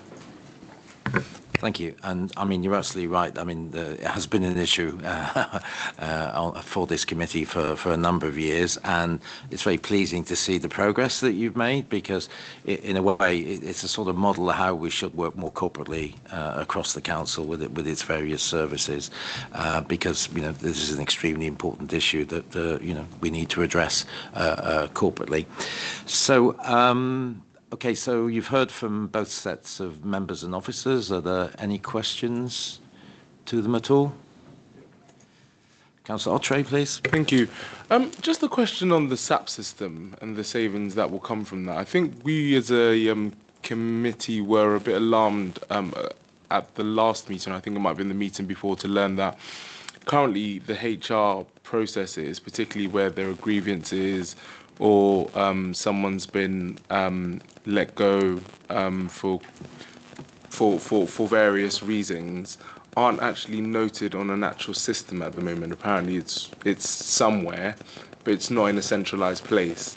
So it's hard for us to therefore extrapolate statistics around things like people who have been let go unfairly, or people who have had issues around bullying, or any of those kind of HR related issues. So I'm interested in understanding, in terms of the savings that will come from SAP and the introduction of SAP, how those issues that are somewhere in the ether will be collected and then put into a system, so that we can categorize that and address the issues that I think the officer that came before us said disproportionately impacts a lot of those from the Black Asian minority community who are employees of the council. So it'd be good to understand what that migration would look like, and if there are costs associated with that may have not been picked up in this headline savings figure. I'll give it a go, but I might have to bring Clive in if he's here, or Tim in, because it sits with finance rather than equalities on that. But the SAP system we have at the moment, which is the thing that does all the HR functions, is quite old. I mean, it's been around since the 90s. And the company that we did it with, it was very rigid, fixed system, which you can't make any changes to. So there's a lot of manual spreadsheet type stuff that sits behind that as well. And it's not going to be serviced anymore after 2027. So there was an imperative from that perspective to actually go out to procurement and get a new system. But it allows us the flexibility now to be able to look at what the limitations are of the current system and make sure they're included within the new system as well. So some of those savings, because as you said, there's bits and pieces in different places, but the cost savings are really that it's all amalgamated as much as possible into that one system. And Tim will tell me if I'm wrong, and I might be wrong, but on that. But it's a function that is 25 years old. I think Alfia said it was as old as the Spice Girls, not their collective age, but as long as they've been around on that. So so it's been since the sort of mid to late 90s, but we've had this system. And as our needs evolve, as our staff's needs evolve, and what we do evolves, we need a system now that can adapt to that as well, which this one really just doesn't do. And I think, part of the reason why part of the reason why we've never looked at this before, regardless of whether it's being serviced, the actual contract servicing was ending or not, it's the right thing to do. I don't know if Tim wants to, is there anything? No, okay. Just on the impact assessment, was an impact assessment done for the SAP system? And if so, I haven't come across it. I might have missed it. But if not, given the significant savings that are happening from it, why is that the case? Either positive or negative from an impact perspective.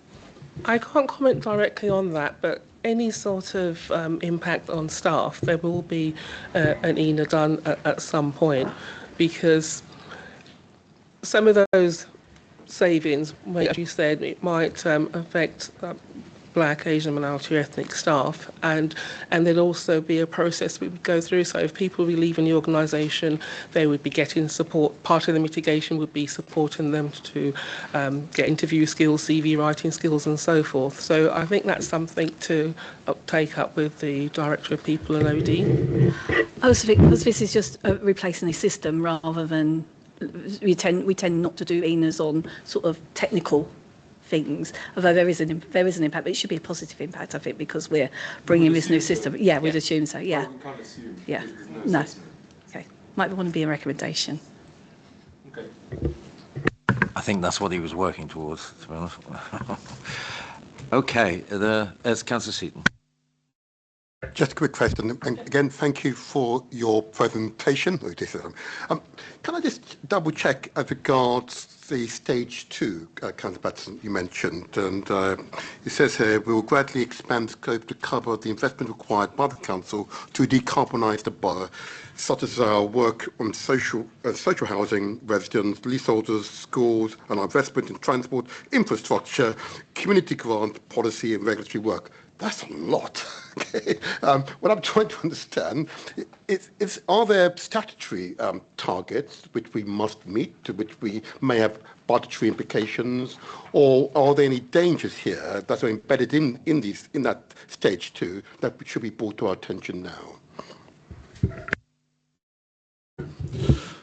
I mean, as I mentioned in my introduction, we are one of very few councils that has implemented this, and so there aren't there's no statutory duty in terms of the climate budgeting around our housing.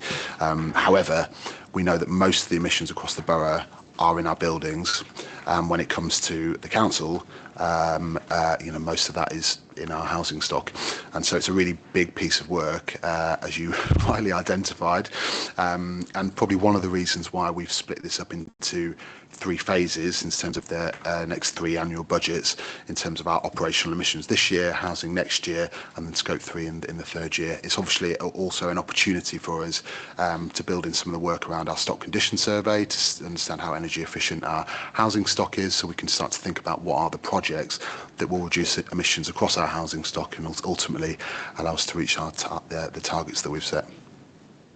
And if I may, presumably that would be done on a sort of prioritisation basis, which is the worst will probably be done first, that type of thing. I mean, there's no point doing sort of, marginal stuff if we can actually address, these issues head on. Certainly, I mean, I suppose there is certainly that point around the stock condition survey, which I myself am not leading on. That will be for housing colleagues, but there's certainly a climate element as part of that those surveys. I suppose what I would say is that some of the early stage projects, the ones that need feasibility, what we've been able to do so far is we've been very successful at applying for external grants, public sector decarbonisation scheme, where we've received significant funding to decarbonise our leisure centres. So I suppose some of the projects we might be in a really good position to apply for certain funds. It might not necessarily mean that they directly correlate with the ones that are most in terms of prioritisation for us, but it does mean that we're really well placed to apply for external grants, which we absolutely need. Thank you. Okay. Councillor Leeming. Thank you. Again, a question for Councillor Batterson. I mean, I was interested to hear you talk about how you relied on the colleagues in other departments to give you the data necessary to make some of the projections in the climate budget. And I'm wondering, looking forward to the digital or to the transformation session later this afternoon, are there things that you would ask for in terms of better provision, better cross-working to ensure that climate is embedded in all our policies? Are there things that you need the council to do better to help you achieve your goals? I think we can always make improvements on data. We've come a long way in a short period of time. For this piece of work, the climate team also manages the energy contract for the council. So a lot of the raw data we needed to give us this, we have direct access through that energy contract and our use of gas and electricity. As the scope expands and the complexity builds, we do need that data. I think one of the it's another issue that's been raised by Scrutiny is our climate concurrence that we have in all decisions. It was a really positive change to have that as a consideration within all reports. In a similar way to equalities, we need colleagues to be thinking about that at the beginning of their projects and designs, that they're considering the impacts, positive and negative, early, rather than as a kind of late addition. And we've got plans as a team to work with colleagues and help their learning and development to really embed that. And I think us being really clear with them what data we can offer colleagues to inform their decision, but what we need back is something that we're currently working through. So, yeah, some positive steps we want to make going forward. Okay. Are there any more questions?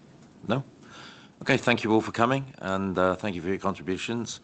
And now we're going to have a lunch break. As you can see, we've already spent 20 minutes of our lunch break, so we've got half an hour to spare. You'll probably notice that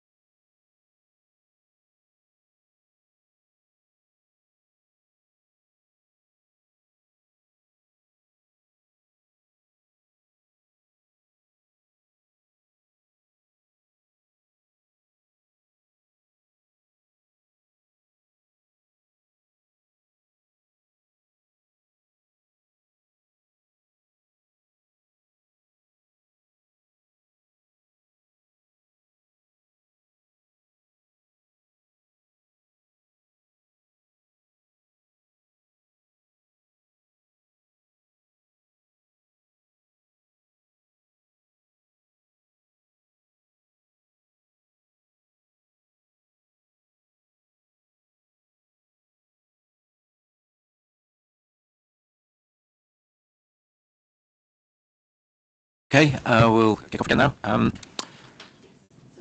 So we've got Councillor Cryan for the transformation programme. And is it Rona as well? You're going to come up, please? Stephanie? Yeah.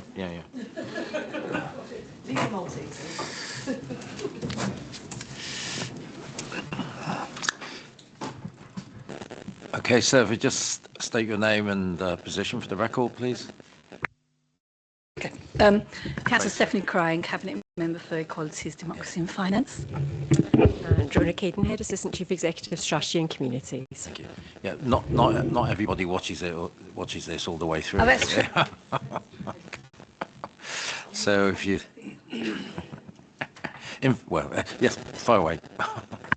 I'll just do a brief introduction. I think Rona's going to do the vast majority of it. I think we came up, I think last year's budget was the first time we went through transformation and what that actually meant and what we wanted to do around that. And I think it's really a simple thing. Well, it sounds simple and it sounds like, why aren't we doing it? But it's not a simple thing to actually get through very quickly around it. But basically, when we're looking at I think when you're looking as a council, as a local authority administration, about if we need to make savings and efficiencies, what's the best way to do it?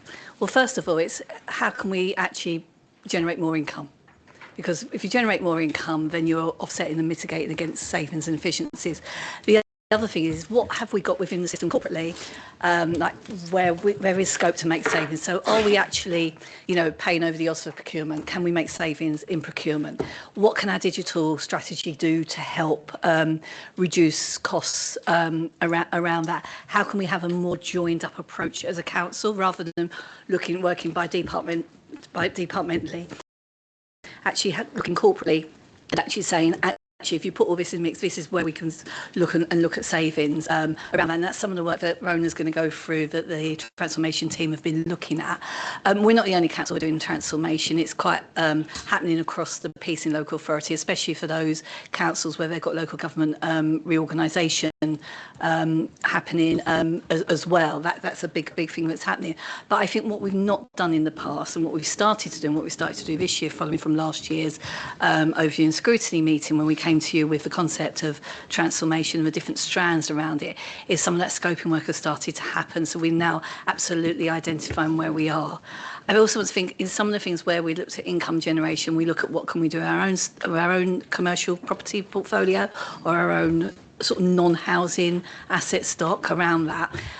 We are looking and we continue to look at ways around that. We've got some things in, you can see changes happening on the ground floor already. Unfortunately, Victor and Irina, we've had to kick you out of your office and move you there because of some of the income generation things that we're looking at around that as well. But it's a tough market for that at the moment. It's a real tough market for some of the rental stuff, but we're still pursuing it and looking through, and there's some more things that are happening. Obviously, can't talk, some of them at very early stages, some of them a little bit more fully fledged around that. So we're looking at what can we do with our own assets to generate income around that, but also really looking at transformation. And I said it last year, and I'll say it again this year. Transformation isn't transformation to generate savings. Transformation is transformation because it's needed, but savings come out of it. So the main driver is not savings around it. It is actually what we need to do as a council to actually better serve our residents, to be more receptive, be more focused, and also actually have that corporate core at its heart, and then actually look at how do you, are there things where there's duplication that if you centralised it, you get a better value, you get a better efficiency at scale around that as well. So this year, a lot of scoping work has been done around the different strands. It is something that isn't, as I said, it does take time, and we do need to get it right. So we don't need to rush. Can't need to rush it. But I think with the funding settlement, where we are actually looking at this really runs alongside that as well. So I'm going to hand over to Alfia or Rona. Yeah. Thank you, Councillor Cryan. So we've made some particular movement forward this year. So it's the first, as I understand, it's the first time we've really tried to do in-depth cross-council transformation. So when we talk about transformation here, what we're talking about is savings and improvements that we can make that are not just one service, but broader than that across the whole council. And we've had a relatively small portfolio that we've started on this year, which we, again, as Councillor Crine said, we talked about last year, focusing on particularly on procurement, particularly on income, property, and the way that the council uses its back office through its review of business resources. And the approach, as Councillor Crine says, is twofold. It's absolutely to make savings, and Clive will absolutely be expecting us to do that. That's absolutely imperative. And in particular, some of the things that we can make savings on that are actually going to make us better and more efficient, but won't impact on service delivery. So we're not reducing service delivery. So that's very much why those chosen as the runners in that cross-council transformation. But it's not just about savings, it's absolutely about improving systems, processes and ways of working as we go through that. And actually it's very much a twofold process in that we're trying to create those things as we go, not just try and take some money out and then kind of retrofit it at the end. As Councillor Crine says, that's complex and detailed work. The nature of some of these approaches and systems have been that individual departments have their own data, have their own ways of working, have their own systems, and going through that with a very fine-tooth comb and very carefully to make sure that both the savings and improvements that we're proposing are deliverable and are sustainable is very important within all of that. So you've had a short briefing which has gone through some of our progress, particularly in procurement and income, which are now at detailed business cases. So those detailed business cases will be ready over the coming month. We then have to do some proper checking in on them. We have to make sure that they're desirable and we want to put them forward as savings. But you know, those are showing at the moment some fairly good potential to make cross-council savings. We do need to have the detailed cases. We do need to go through them with it again with that fine-tooth comb and make sure that they're both deliverable and desirable. But we're confident that there are going to be quite significant savings proposals will come out of both of those pieces of work, and also improved ways of working. So, for instance, the procurement work is very much about how will the council deliver procurement going forward. What is the new operating model that we want to adopt? What might be the changes to the way we go about things, the way that we do things, our processes, and the skills that we have to get good commercial deals. So lots of work going on in the background. It's not just on the savings. And again, taking that cross-council approach to think what is the sum of our parts and our capability rather than just little bits in different departments. So we've definitely, as Councillor Crine alluded to, we've definitely learned a lot in the last year in launching the cross-council transformation programme. Transformation often sounds very exciting, doesn't it? And actually, a lot of this is very detailed and quite dull work. We really need to find a better name for it. So again, as I alluded to, some of the challenges that we've learned is definitely the departmental nature of some of these ownerships and systems definitely means it's quite a detailed piece of work. Our data definitely needs more focus and our ability to access that data. I mean, one of the biggest pieces of transformation that's going on is the SAP replacement that Clive and his team are working on. That again will give us all sorts of boons in terms of the information that we have to make some of these changes. And we've learned to build capability and capacity and how we need to go about that if we're going to do cross-council change. There's been some real positive learnings. Firstly, that we do think there's significant scope to make savings from cross-council work in this manner. That we're learning what works in Southwark and how we need to go about that, again through learning more about the kind of diversity of systems and processes around the council. And also we're restructuring, so we have a core change to rely on resources or temporary resources. So I'm almost at the end of a restructure that will create a council change team. So I'll stop there if that's okay, Chair. Yes, that's wonderful. Do you want to say anything, or are you okay? Okay, fine, thank you. So, yeah, thank you. I mean, it's absolutely crucial work that you're doing, in terms of moulding the future, but also responding to residents' needs and expectations at the same time. Yes, it's best value, and it's definitely needed to improve the services across the piece. I mean, we. You mentioned about improved systems and ways of working. I think, our residents are looking to for these cost savings, because obviously they're paying for it directly. We've already heard Councillor Autre raised it earlier on, and you've mentioned it about the SAP system and systems which are well past their sell-by date, quite antiquated, and for a modern local authority, we need to be improving on that. And then also, various members raised it before, as you know, Stephanie, but, we should be anticipating movement and demand for our services. We heard about the falling birth rate before and the impact on education. And this all has an impact on the way we are organised and the way that we provide our services. It's not me, is it? Anyway, so as I say, it's absolutely crucial work, and it's something that's really got to be put at the forefront. We are the largest local authority in London by headcount, but are our residents getting, the best services in London? That was a matter for them to decide, I suppose, in the near future, one way or the other. But anyway, Councillor Leaming. Two questions which I'd like to ask separately because they're quite unrelated. In other times, this would be an absolutely ludicrous question. It's not. It's a sensible question. How much are you putting the geopolitical risk between the UK and the US on your risk register? There are serious conversations happening right now about the possibility, as our relationship with the United States deteriorates over President Trump's threats to Greenland, that we might be cut off from American software companies. We've already seen that with the members of the International Criminal Court having their access to Microsoft products cut off after they put out an arrest warrant for Netanyahu. And there are, in the sort of tech circles I move in, very serious conversations happening now about the fact that we are totally exposed to US tech companies.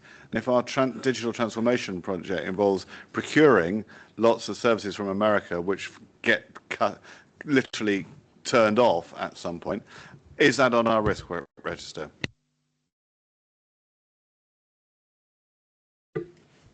So I'll start with a response to that, Councillor Lehman, in a broader sense, and I don't know if there's any specifics. I think much as Southwark, we are an amazing place and we're an amazing part of London for exactly those sorts of questions. It's actually something being considered at London level.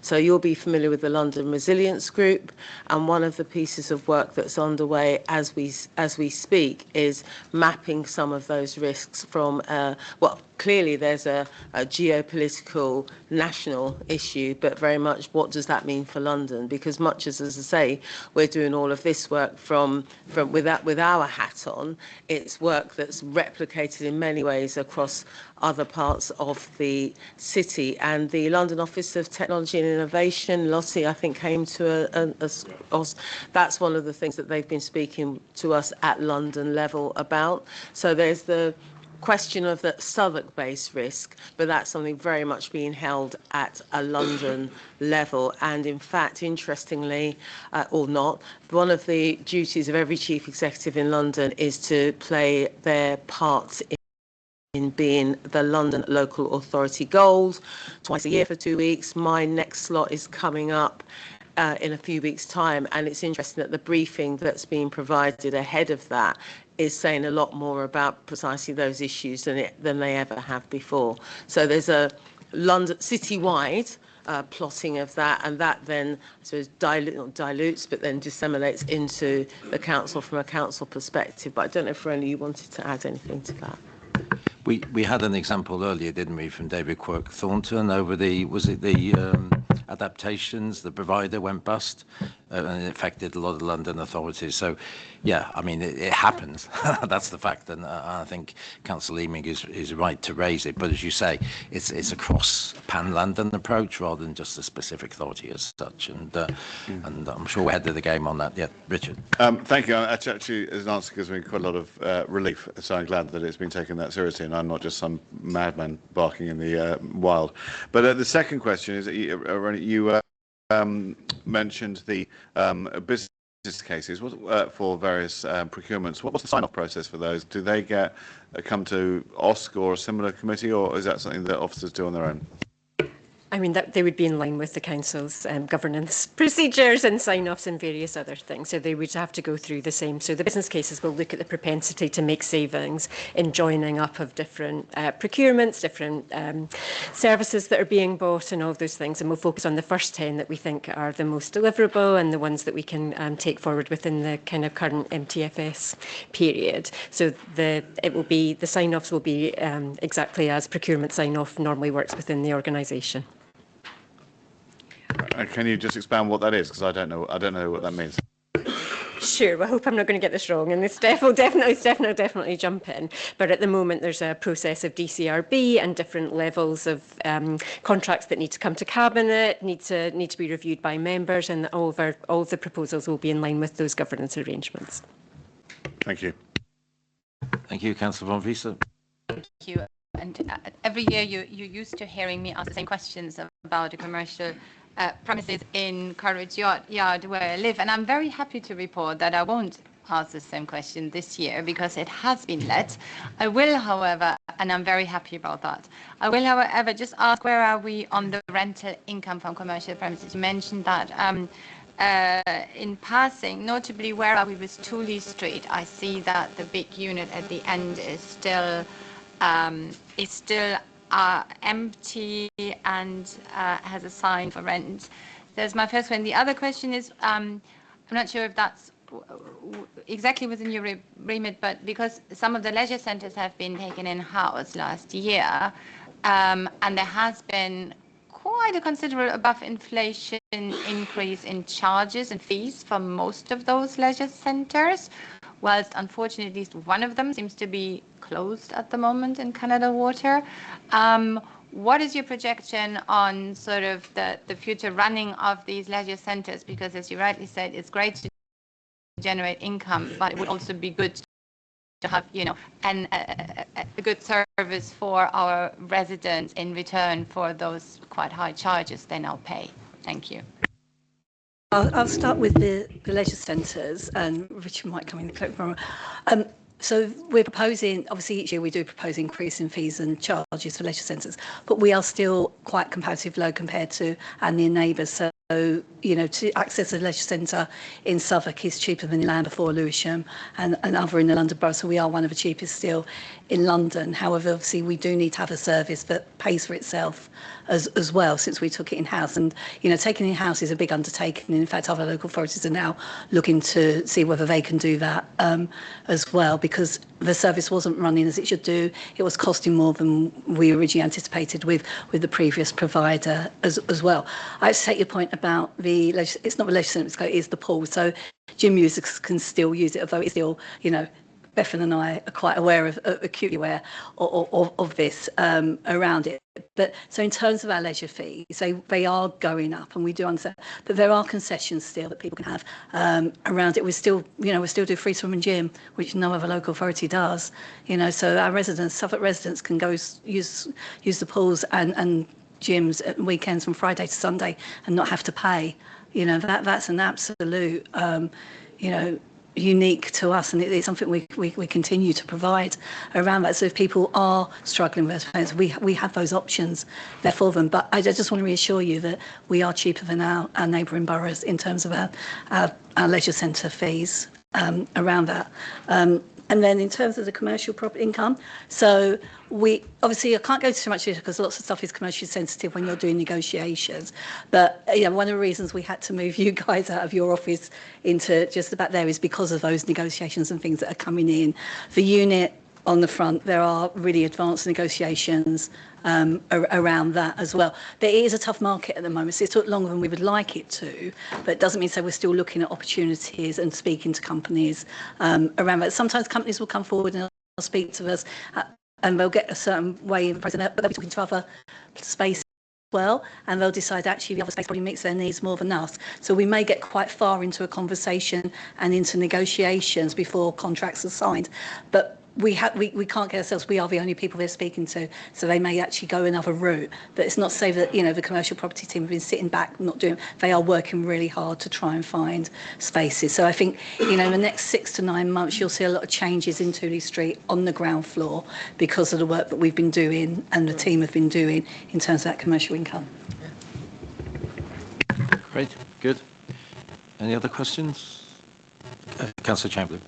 Thank you, Chair. I think you mentioned, Steph, that we're clearly not alone in doing transformation work. So I'm just interested in what partnership working we're doing on transformation. Are we working with other London local authorities? I asked a question earlier about how we were working with the NHS. So what are we doing with other public sector bodies in the borough to try and do some transformation work? And I suspect you may touch on this, but I'd also be interested in the role of AI in transformation.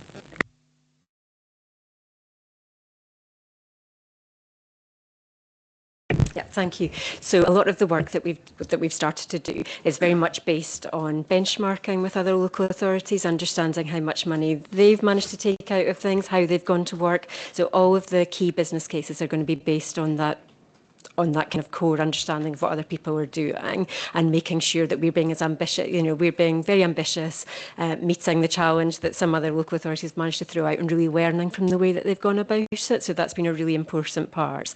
A lot of the work that we're doing then is around, for instance, property. There's real looks at could we share that. There is a strand within the property section where we're looking at how we can maximise the use from the voluntary sector of our properties, and there's great work going on within property and across the voluntary sector, and a very specific piece of work there. So where possible, we're looking at those opportunities. So again, where we've got a shared commissioning team with the NHS, or with the primary care in the NHS.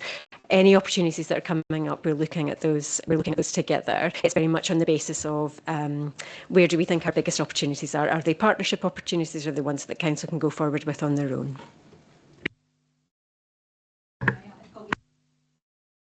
Yes, obviously we are, and part of the digital strategy is looking at how AI can help support not just transformation, but help support our residents as well. I think we always have to start at the point that there will always be people who need to contact the council, either face to face or on the telephone. That will never change. That there are people who, if we have a much better AI or technology-driven solution, actually that will help support them as well. So AI, and we're already using AI. So, a really good example of that is in social care with something called Magic Notes, which absolutely means that our social workers, instead of like I'm doing here, writing down as I go, they can actually, there's an app that transcribes everything, so they can then do their notes. It will help them transcribe their notes. So it gives them more time with the people they need to be with and support them, and actually being in the office right now. So we're looking at that type of AI that actually, can help transform a service or a department in that way, that it actually gives more time with the residents that we serve, rather than the back office stuff that can be quite time consuming, very necessary, but can be time consuming. So we're looking at all those sorts of things as well. So AI can be quite a small thing, or it could be a massive thing, a massive transformation thing.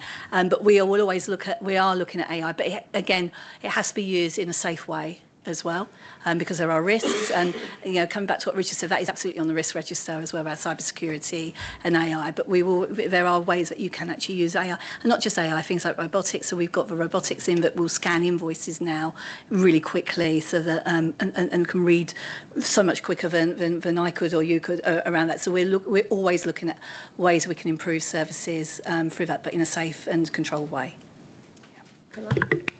Can I just add to that? And it's similar to what I said to Councillor Leaming. For most of these work streams, the relevant parts of the council will be working with their professional cohorts across other authorities, as well as I mentioned the LOTI, London Office of Technology and Innovation. They were in last week presenting to our Directors Forum on some of the ways in which we might better use technology, data, insight and innovation, but taking examples from not just other local authorities, but a broader cohort. So there's a lot of work we do here that's Southwark work, but a lot of that work is also influenced and informed by other work that's happening both within the sector and beyond the sector through professional groupings, but also through things like public service reform, which is an agenda being held at, I mentioned London level.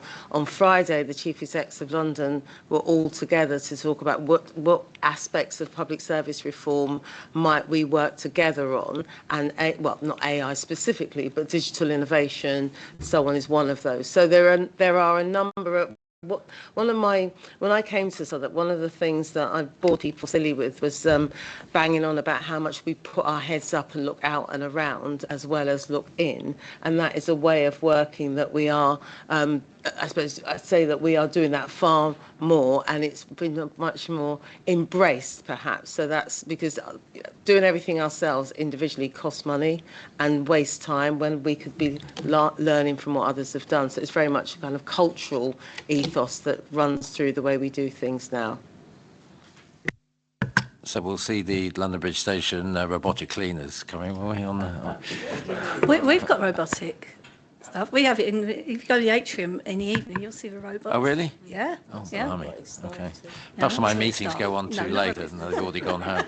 Well, you know, we're going to see tomorrow night. You might.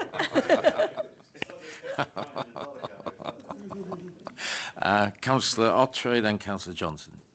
Thank you very much.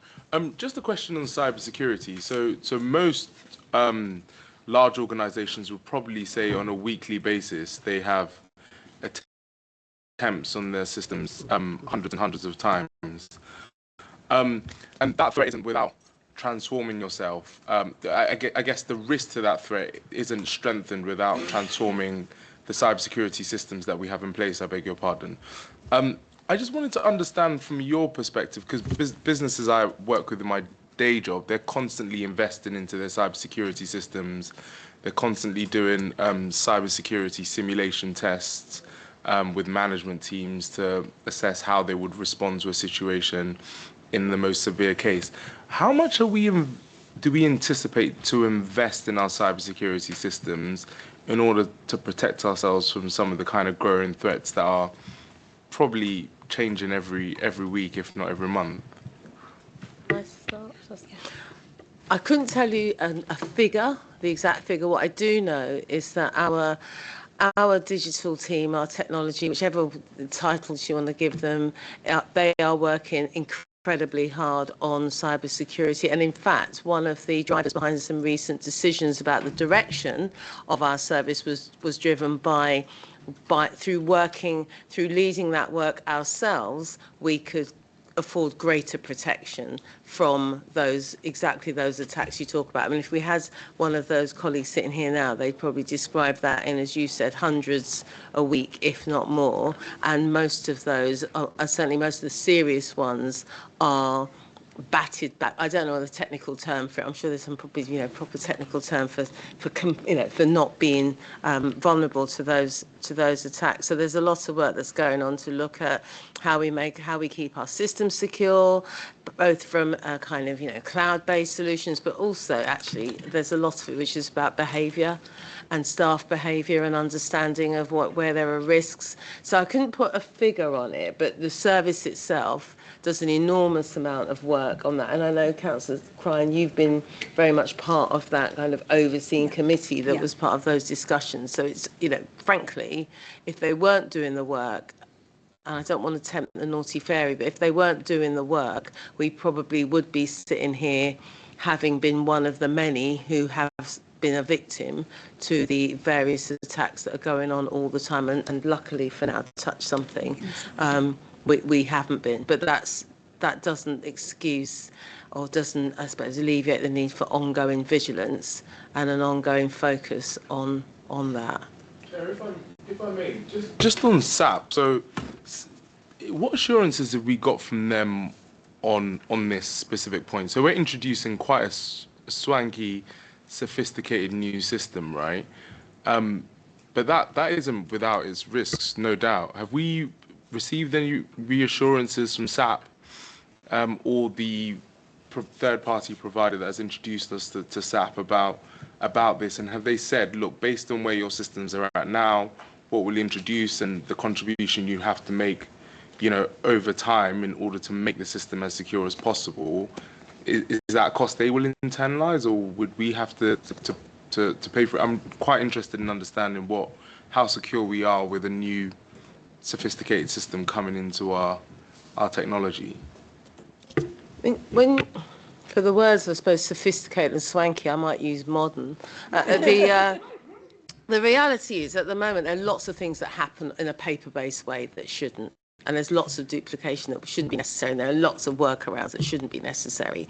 And part of, and colleagues spoke about this earlier, part of the thinking behind modernising our ERP is that we need to have a system that works for the council and that helps us to be more efficient and effective and all of those things. Now, with most modern systems, I take your point, or well, with all modern systems, with all change, with all evolution, you can inadvertently introduce risks that perhaps you didn't previously have. I would be horrified to find that as part of this multi-million pounds advancement that colleagues are not, as part of that, signing up to and ensuring that the security assurances we get through any new system are where they should be. I say we're far more at risk with an old system than with a new one. That said, I'm not going to pretend to be the expert in the detail of what those what those arrangements look like. What I do know is that as Chief Executive, as you'd imagine, I was seeking a lot of assurance that those are in place and being given that assurance. But as I say, I think we are probably much more at risk with all of the things we don't have now than we will be at risk with something that is designed for the era we're in and not for a previous one. I think also the point is that we don't want to get lumbered with something that we can't update. Because then we've got the worst of both worlds effectively, because the playing field is changing every day when it comes to technology, and we don't want to get in some cumbersome thing that keeps us going for another 20 years, whatever it may be. We need to have that flexibility in the contracts. I just want to come back on cybersecurity. So from political oversight and cabinet oversight. So currently we have the shared IT service with Lewisham and Brent, and there's a quarterly meeting with the relevant cabinet members and with the councils and the shared service itself. And when I took the portfolio on a couple of years ago, I was quite shocked to see that cybersecurity wasn't on the agenda. So it is now on every single meeting. We have presentations, we have updates. So cybersecurity is now a standing item on those agendas as well, in a way that it wasn't before. Because I was quite frankly thinking, why isn't cybersecurity on it? And spoke to my counterparts, and I said, I'm going to propose that we have this, and they backed it up. So we do have that now.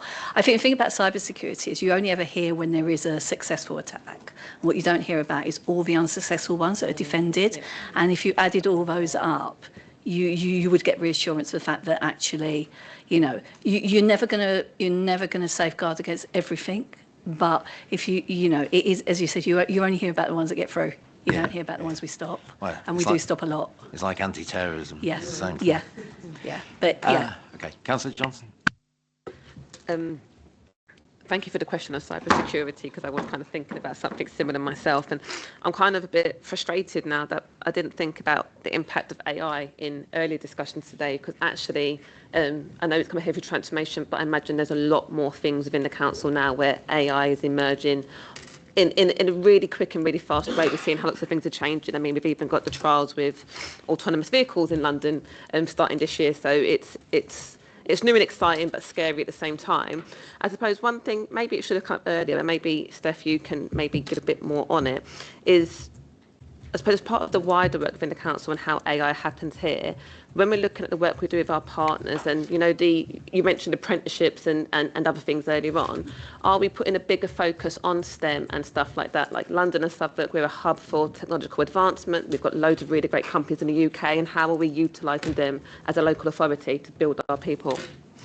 So I think that's a really, really good question. It's something I've been thinking about, actually, is about, the next industrial revolution is a digital revolution. We know that. And it's about how do we make sure that in Southwark we're giving our young people, or people of any ages, the skills to be able to do that. So it's something I've been talking to sort of colleagues with around how do we move that forward, because that absolutely is where it should be. And I know for someone my age, I am tech savvy. I know how to use what I need to use and whatever.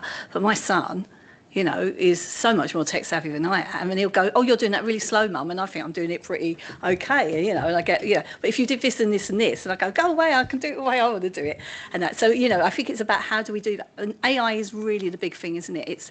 And I think it comes back to what I said to Victor as well in the answer.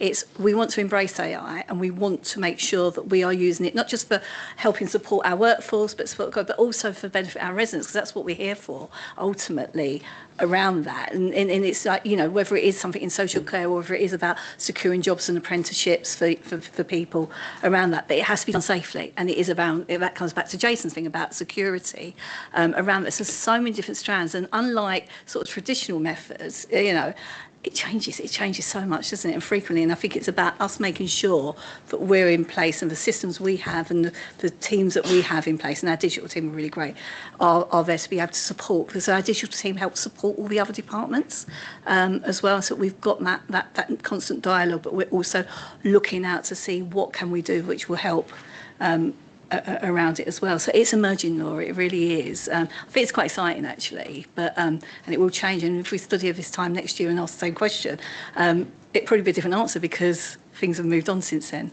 But we are very attuned to it and alert to the fact that we do need to encompass AI in a safe and productive way in many different areas actually, yeah.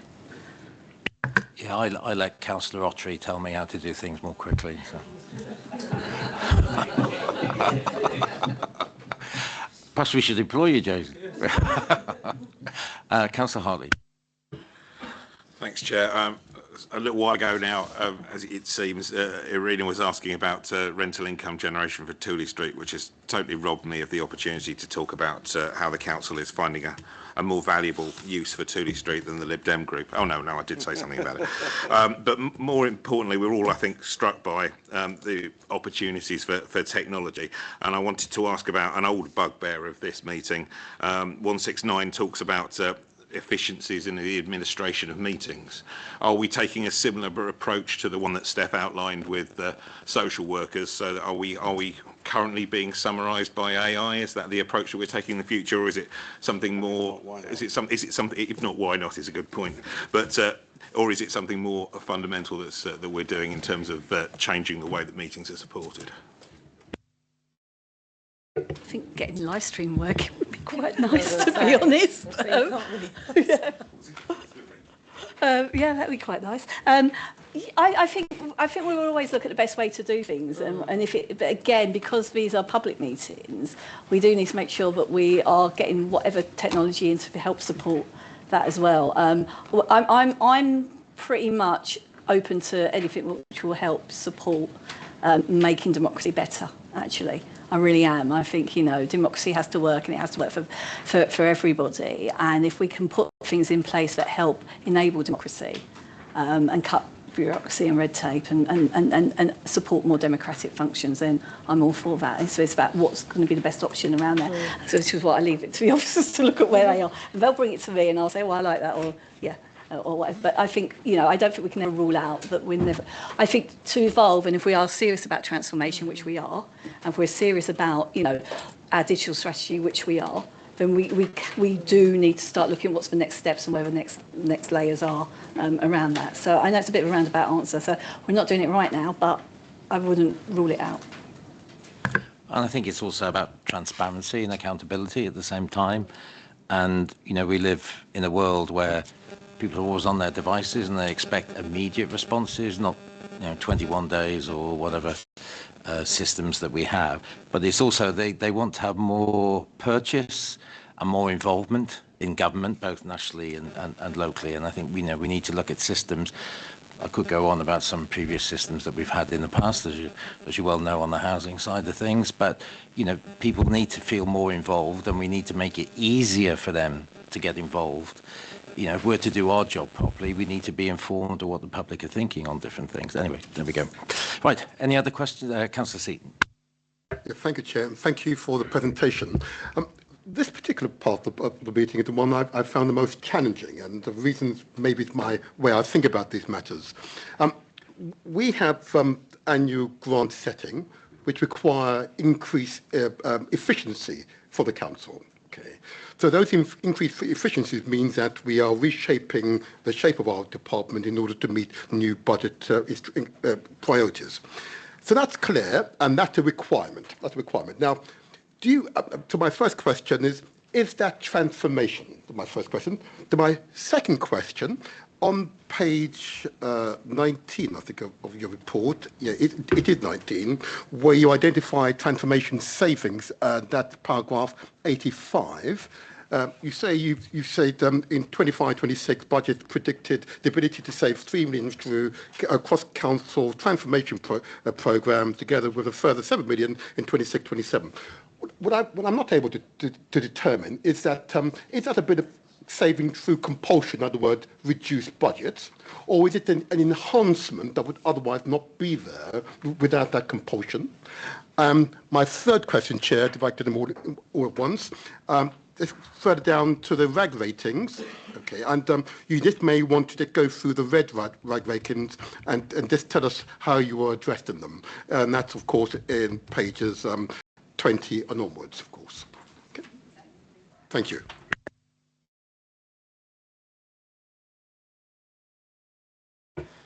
Oh, thank you, Councillor. So, a couple of things. So, as I say, transformation can often be a very broad word that's not necessarily suitable for what is a lot of detailed and technical work. You can call it change, you can call it all sorts of things. So it's absolutely within the council's remit to be constantly looking at value for money and how we can best serve our residents and ensure that costs to them are as low as possible. So that is absolutely a core function of the council. However, in helping to ensure that we can prioritise services to residents, in particular looking at back office, looking at what we spend, what we pay third parties, making sure that we've got full cost recovery on the things that we charge for, are really important parts of that, and will help to protect frontline service provision going forward as our budgets get even tighter. So it's something we should always be doing, but absolutely we're looking for as many opportunities as we can to kind of take money out of the back office and what we spend so that we can protect frontline service provision. In terms of the RAG rating, so they relate to, they were in December's budget monitor. That was written in October. I'm very confident that has moved on significantly since then, that we're almost at the stage where we have our full detailed business plans. So I'm always conservative about RAG rating. That's definitely moved to a strong amber, and we're really confident that we can get that money out. In terms of the profiling of that, because of some of the complexity of it, we're confident we can get that totality, and in fact more, over the course of the current MTFS, but they'll be reprofiled a little bit in the budget report. Hope I'm not stealing Clive's thunder, so that we can make sure that we get the totality of it. So we're confident we can get that 10 million in total. It will be reprofiled to come out next year. Okay. If I may, and that's why I had some challenges with this.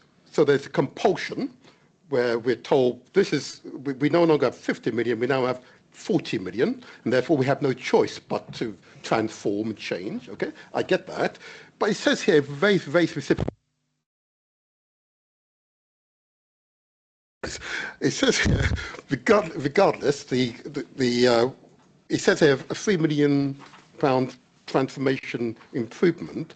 Is that over and above what we are required to save? And this is an enhancement as a result of new technologies, new way of working, new culture, which has enhanced the delivery and efficiency of the council, both in financial terms and operational terms. Is this over and above what we would be required to save?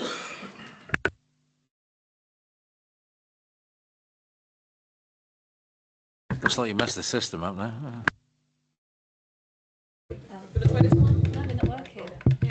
Oh.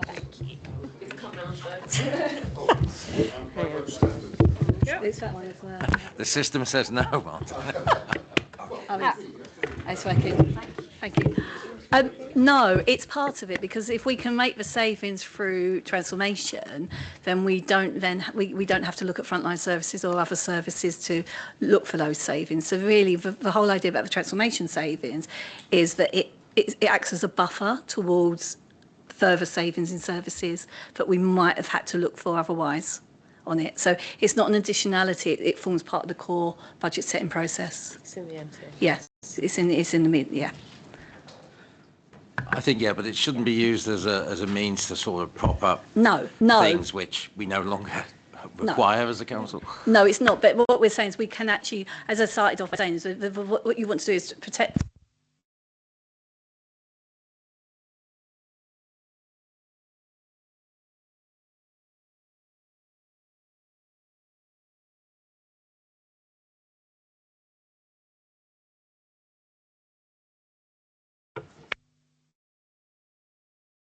Mine's working. You made the point. Yeah. So it comes back to my first point, which I can't remember what my first point is. It's part of the